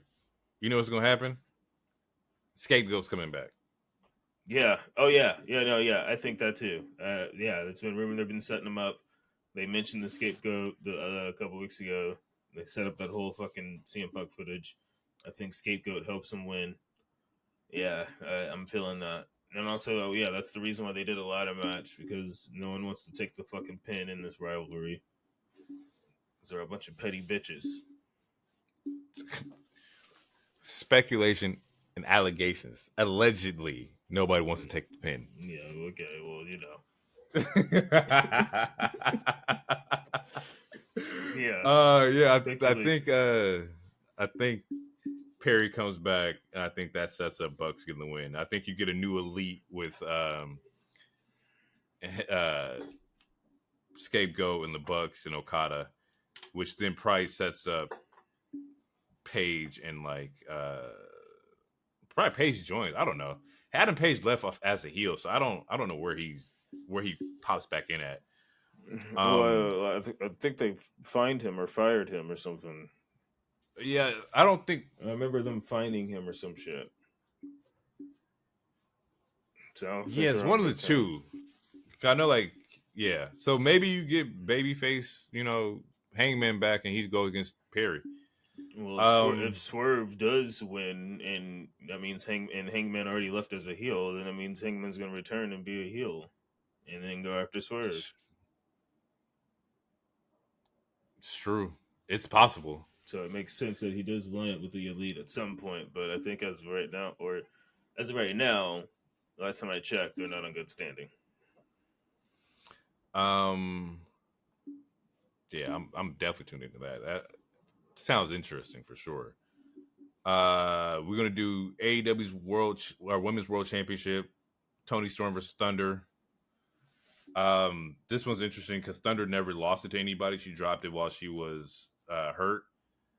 But also Tony's on like her promo game is probably some of the best fucking shit ever. But they've been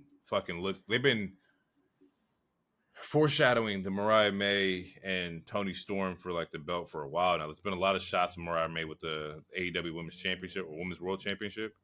So I don't know where this one goes. But also Thunder's been beefing with Deonna to where if something happens there, I honestly don't know who's going to win this match. Like I have no idea. Oh my gosh! I hope Thunder, but it's probably going to be Tony. But Thunder's not even that interesting of a character, but it needs to get off of Tony. Someone needs to take that shit off of her. It needs to get off of her. But I think that's why. Like I think because I love Thunder, but right now it just doesn't feel like it's Thunder's like time. I'll probably go Tony Storm. We then get Will Ospreay versus Bryan Danielson.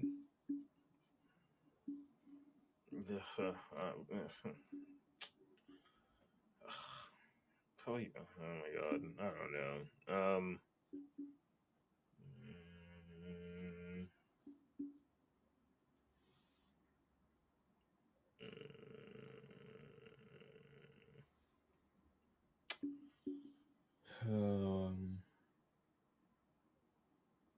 I think Bryan.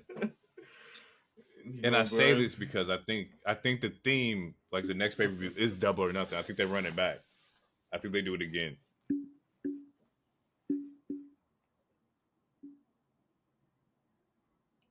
Yeah, I definitely think they run it back again. Yeah, well, all right. Well, I'll go Ospreay first, and then Double, and then Bryan gets his lick back at Double or Nothing. Yeah, Ospreay.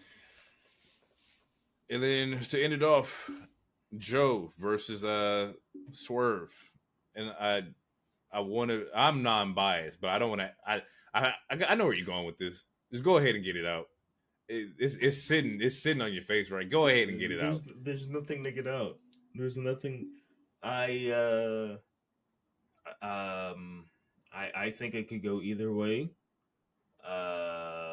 This motherfucker gives me the most PC promo right now. I'm pissed. What are you I talking know about? this nigga. Go ahead. Where's it at? Man, I don't know what you expect from me, man. I'm just here. I think it could go either way. I prefer. I mean, I don't know if it's Swerve's time yet, but the way it's been set up, it looks like he might be set up to win. The first black champion who isn't super proud to be black unless he wants to be when he decides to be. That's great. Gotta love it. Hey,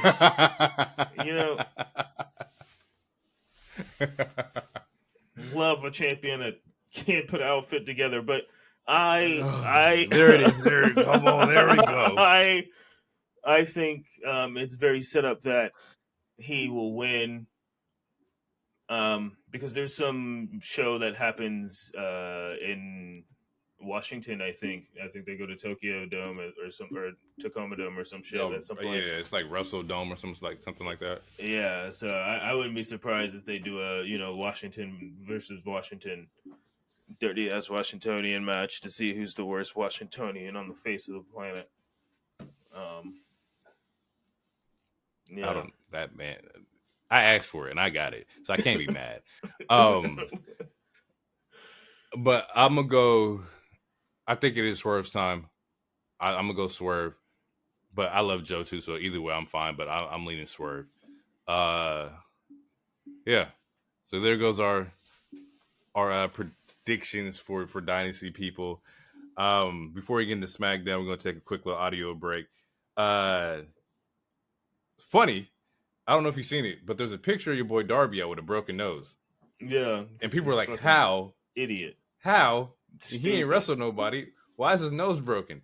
And it's funny because somebody was like, it was under the comment of like a Twitter post or some shit like that. They were like, oh, he's a wrestler. It makes sense. And somebody like under that was like, he ain't been wrestling. How did he get a broken nose? Like Being dumb. Fucking moron. he gonna find some way to hurt himself. I can't, bro. He's just like, man, just doesn't give a shit, bro. Like, I cannot believe we share the same fucking. Oh my god, it's so fucking irritating. Oh, that shit is so funny, bro. I love just talking about Darby because that shit makes you so fucking mad. He doesn't deserve the number 7. Fucking shit. All right, people, I'm getting this audio break. We're gonna be right back.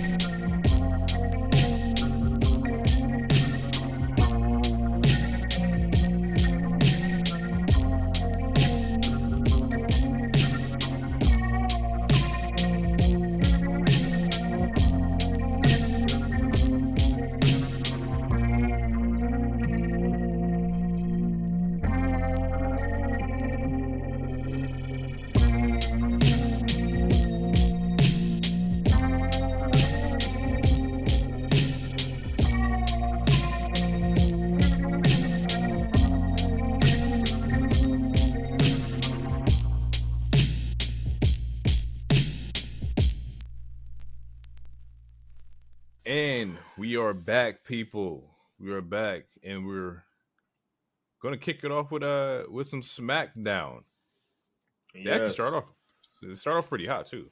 Absolutely, yeah. They start off the LA Knight AJ Styles. Yeah.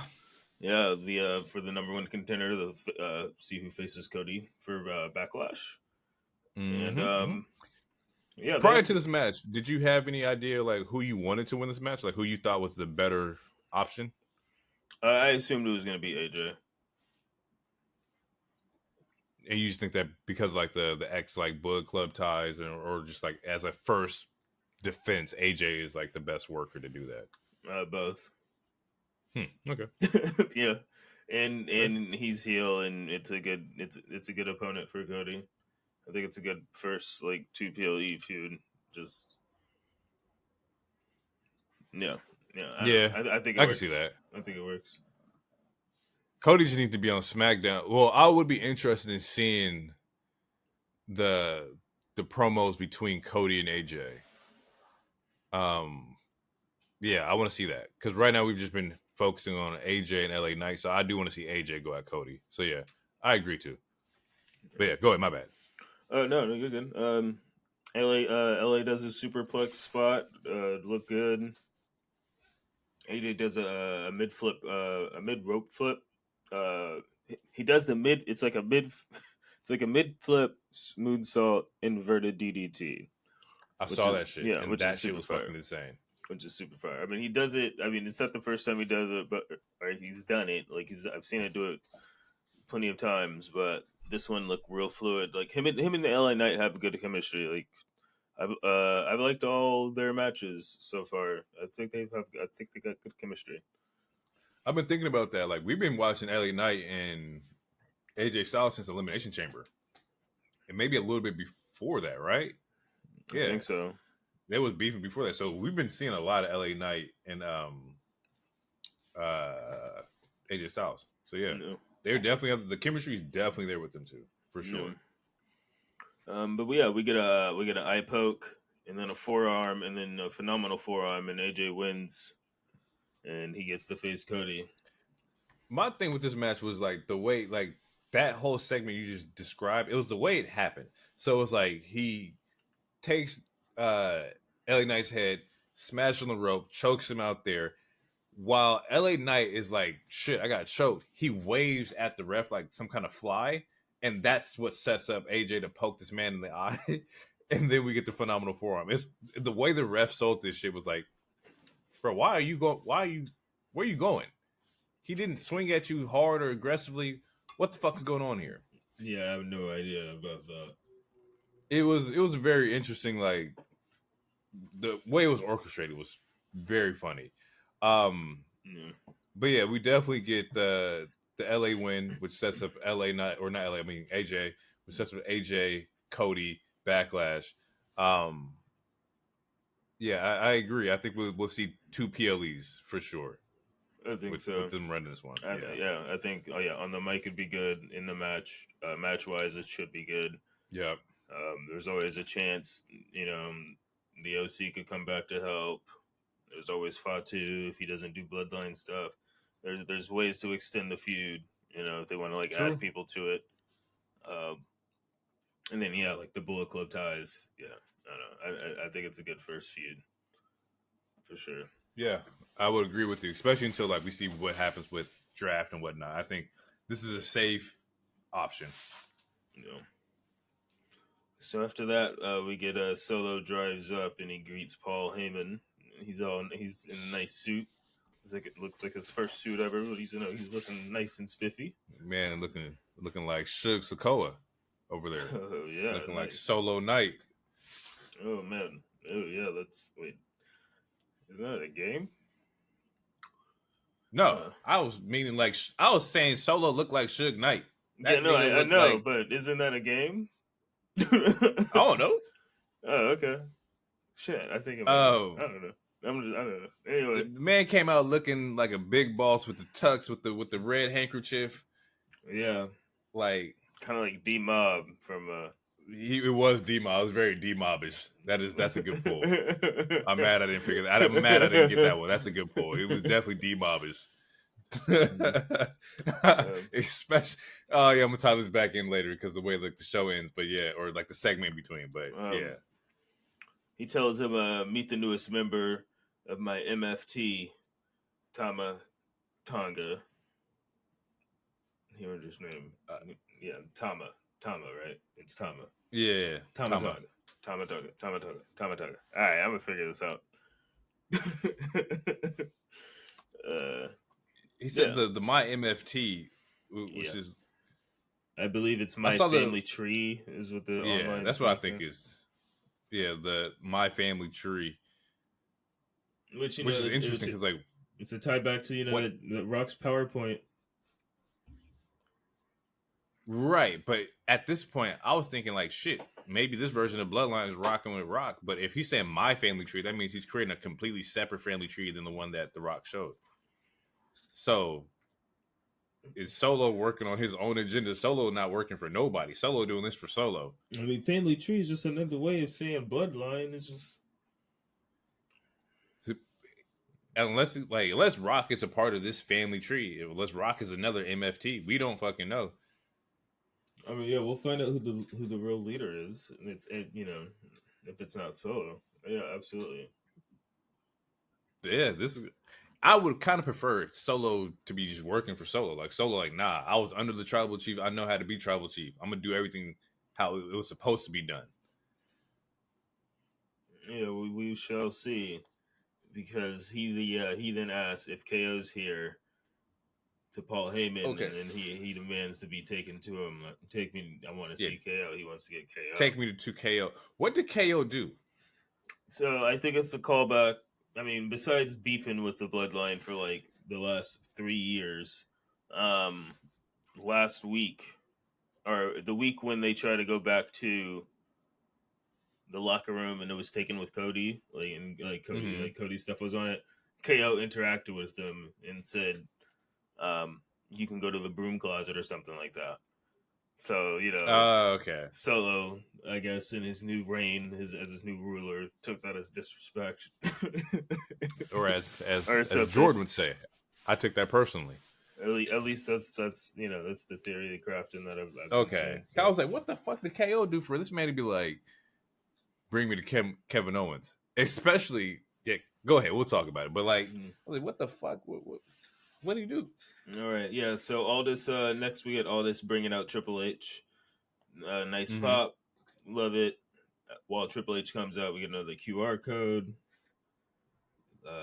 Sets up that Uncle Howdy or whatever we getting.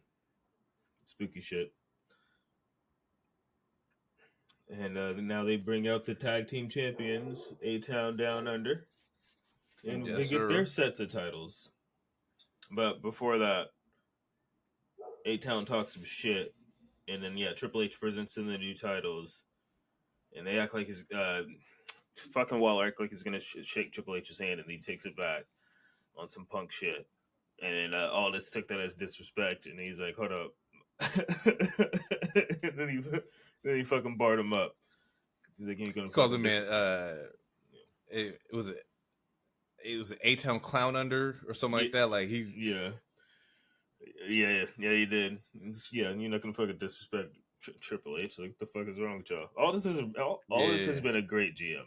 Like, he has. I love Pierce, but he can't control his show. All this, like, if I had a choice, like, to go to SmackDown or Raw, like, I would work for. I'd go under all this. He controls the show. Like, you can ask him for an opportunity. He'll try to give you the opportunity. He doesn't play with any of that shit, which we'll see also later. I like all this. I don't know. All this is a good GM. Yeah, I would go Aldis, Ava, Pierce. That'll be my 3 or my ranking for sure. But I like Pierce. I like Pierce a lot. But man, he looks stressed out every time you ask him for stuff. Every time, bro. That man be stressing.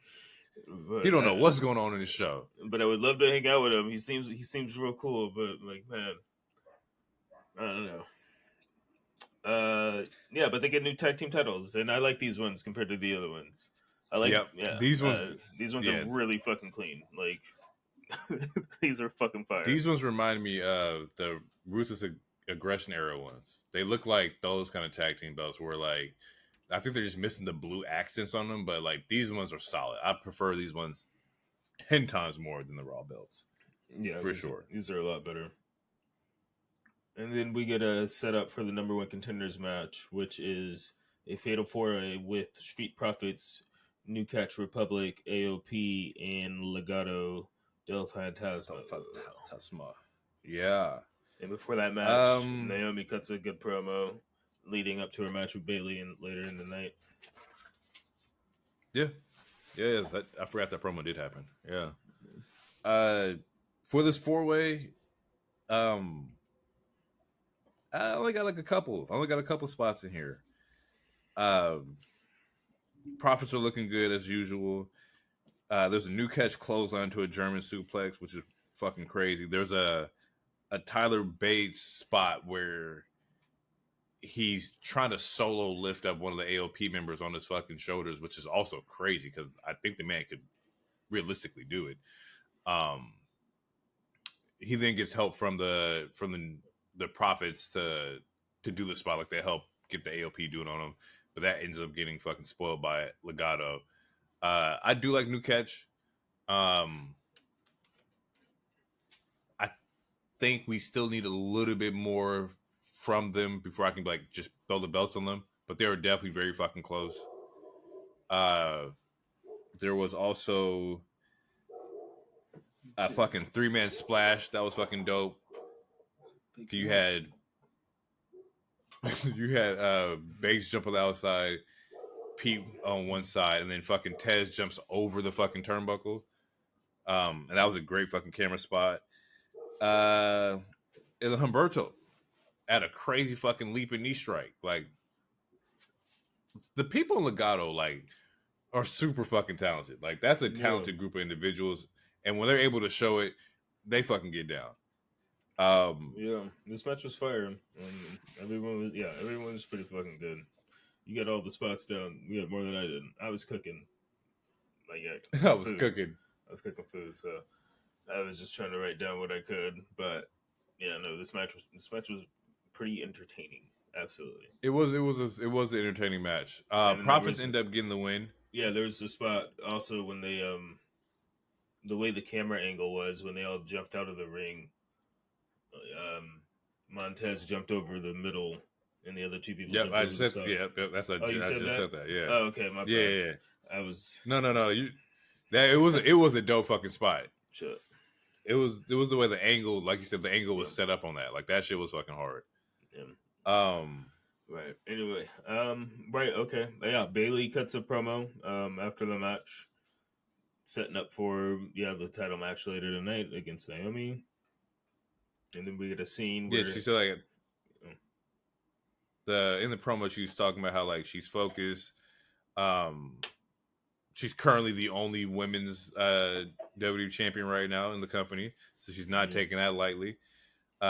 She says Naomi's her friend, but she's not losing. She's not losing to her friend. She gotta get right. The Bayley run will be interesting. Like I said, I just want to give me the draft so I can see where I can start like fucking fantasy booking shit. Because I need shit to definitely start to be shaken up a little bit. I want to see. I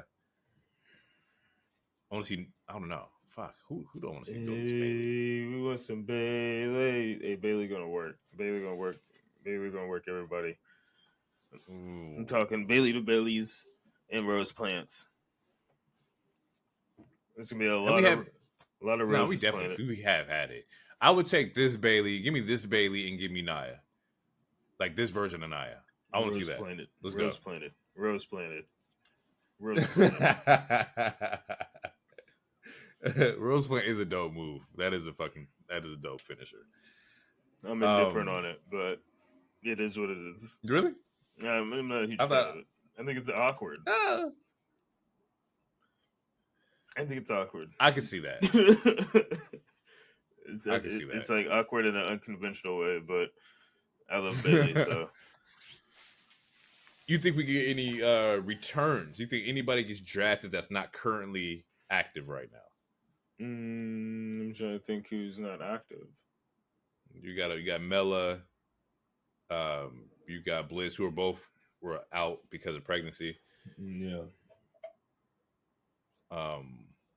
And this is no rushing the women to work by any means, but I would just saying these are the women that are currently not running right now. Yeah, I'm not sure. Available. I don't know if they're ready, but if they were, that'd be cool.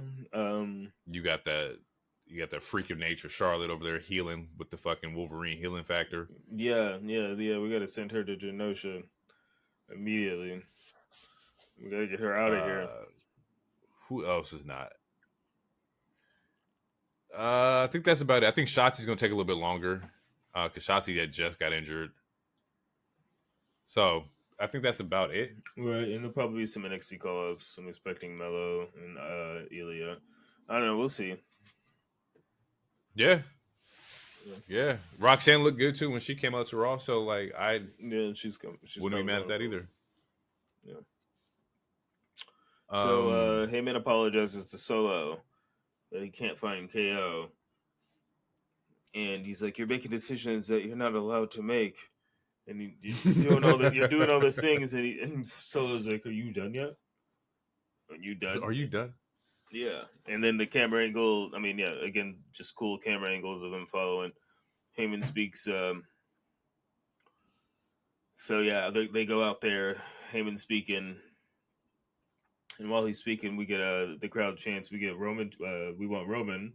We want Roman. Yeah. Come on, bro. Fuck out of here. That shit is so fucking crazy. Cause I think Solo heard it. He melted. Oh, now y'all want him. Like, now y'all want Roman? Like, fuck out of here. Last time I checked, niggas wanted him to show up to work. So, yeah, niggas want Roman. Like, oh, now you want Roman? We want Roman out of all? Now y'all want him? We lost our locker room, and now you want Roman back? Yeah, fuck out of here. Babyface or just anti-hero Roman's going to be dope. That first pop is gonna be fucking insane. Everybody knows that, but it's gonna be fucking crazy. Yeah. This is my lunchbox. This is my Prius. I parked it. And anyway, so yeah, and then Solo snatches the microphone.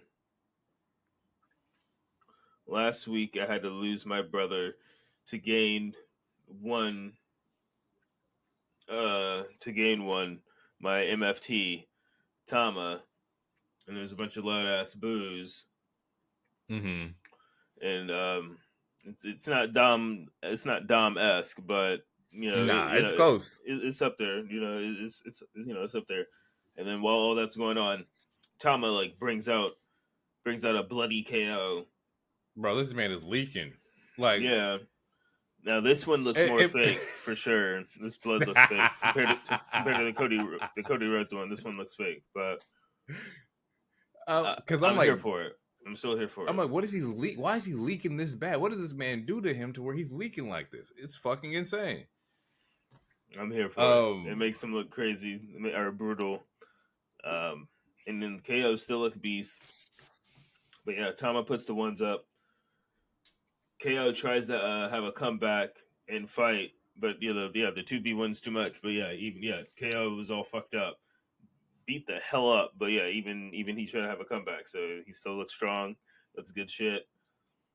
Tama gets a chair, but then that's when Aldis comes out, and Aldis gets in the way, which that's dope. Another reason I like Aldis. It's like I'm not fucking with that shit. It sucks that he just tore his bicep not that long ago. He still look like threatening. Yeah, no, I hope he. I mean, I don't know if he will, but I hope to see him at least do a match one day. Hopefully, while he's in the company, it'd be cool. But if not, that's what. Because all this came from NWA, right? Was that like that's where he was at? That's where he was. That's where he was last at that I remember. Yeah.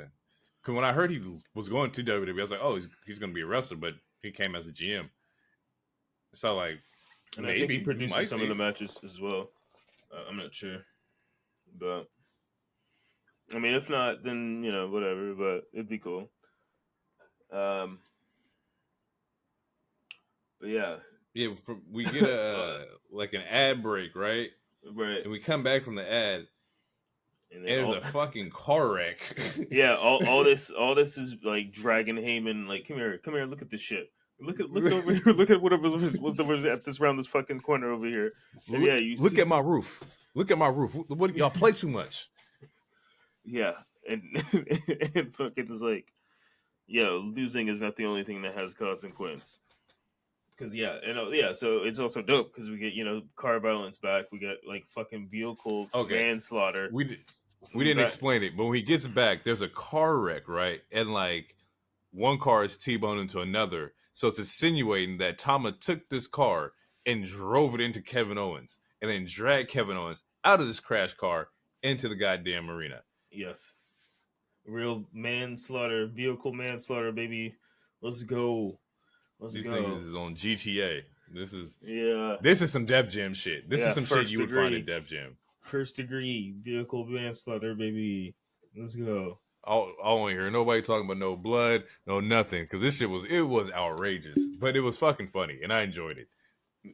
Yeah, it was great. It was great. But yeah, and then Aldis says what he said about losing's not the only consequence. And then after that, we get a Carlita versus Santos match. Selena and Elektra are present. We get a before the match starts, we get an interview with Santos, and they ask him about like, did you have something to do with Dragon Lee? And he's like, I'm telling you, we didn't have nothing to do with Dragon Lee. If we did, we would proudly take, the responsibility for it. And I was like, he's right. If they did do it, then niggas would be talking about, see what we did to Dragon Lee last week. But they haven't said nothing. So, I don't think he lying. I think he didn't do anything to Dragon Lee. I think the man's like, it's all in LWO. It's Carlito, man. It's not Santos Escobar. It's Carlito. Nah, I'm throwing it out there. Watch it be Ray. Watch Ray took out Dragon Lee. Then what? Nigga, that makes no sense.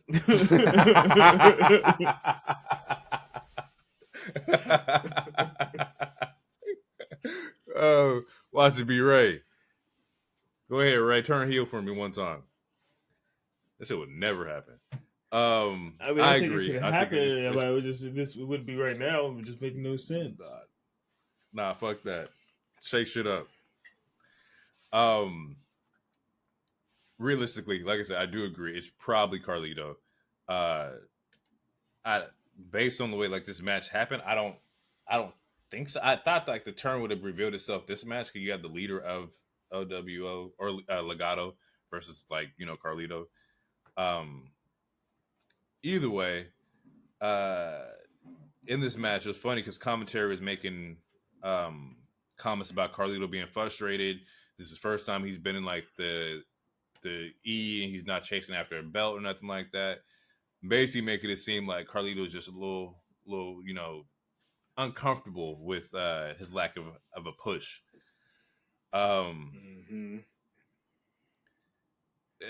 As far as like spots, I didn't have anything for this match. I don't know if you did, but I didn't have anything. No, I was getting ready to eat, or no, I think I was already eating at this point. I had to get ready for work. Yeah, I didn't see anything. But yeah, Santos gets the win. The ladies get involved. They have some spots. Zelina tries to do a Hurricanrana, but Electric catches her and slams her into the barricade. I remember that part. But Santos gets a win. That's pretty much all I got for this. We then get a promo for Damage Control in the Skybox where they're there watching what's going to be the main event, which is between Bayley and Naomi. Mm-hmm. They're talking about how Damage Control is still on top. Damage Control still got the women's belts, and Io is going to go back and retain her women's championship. Yada yada yada. Yep. And then we get the Jade song pops out, or Jade song goes off, and it's Jade and Bianca also in the Skybox next to Damage Control. Yeah, boss shit. Jade and Bianca. Yeah. Then we get the main event. We get Bayley versus Naomi. What you got? I do not have any notes. Yeah, no notes. No, I have no notes for this one. I literally had to go to sleep. I was way past my bedtime. But from what I've seen, it looks like a good ass match. But I checked it out. But I know how it ends. Also, we got a nice face buster from Naomi. This match, I would go back and watch this one. This one was a solid one because Naomi looked really fucking strong. Like Naomi was like, I bet she looked really good in this. She was actually working Bayley a good majority of the match. So like, there's a face buster by Naomi. Of course, we get a Bayley to belly in this one. That's how she did both of them.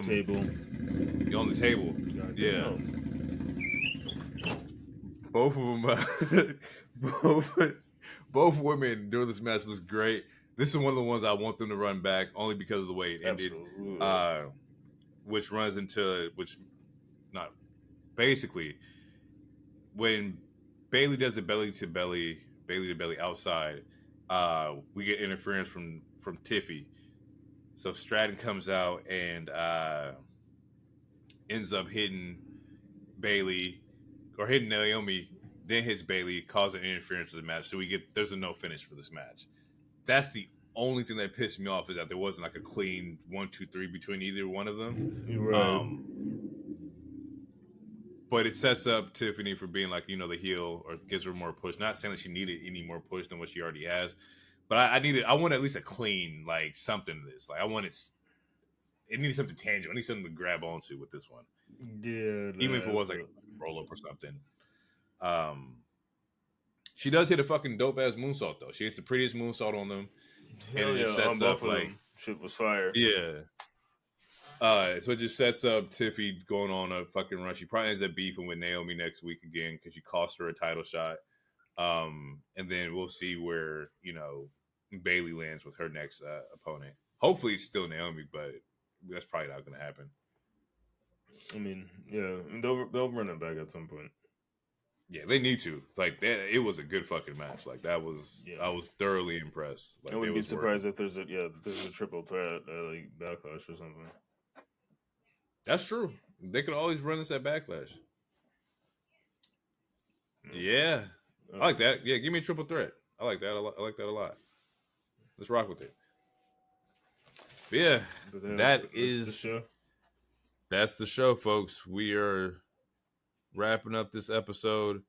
Thank y'all for listening. Thank y'all for tuning in. It's been great. Thank you. Yeah, like I said, y'all keep supporting, keep showing love. The numbers are great. Please, talk to us. Talk to us. Chat with us on. Give me some comments, bro. I know y'all be listening. I know y'all tuning in. Talk to us. We want to see what y'all opinions are about this wrestling. Tell us your with that being said,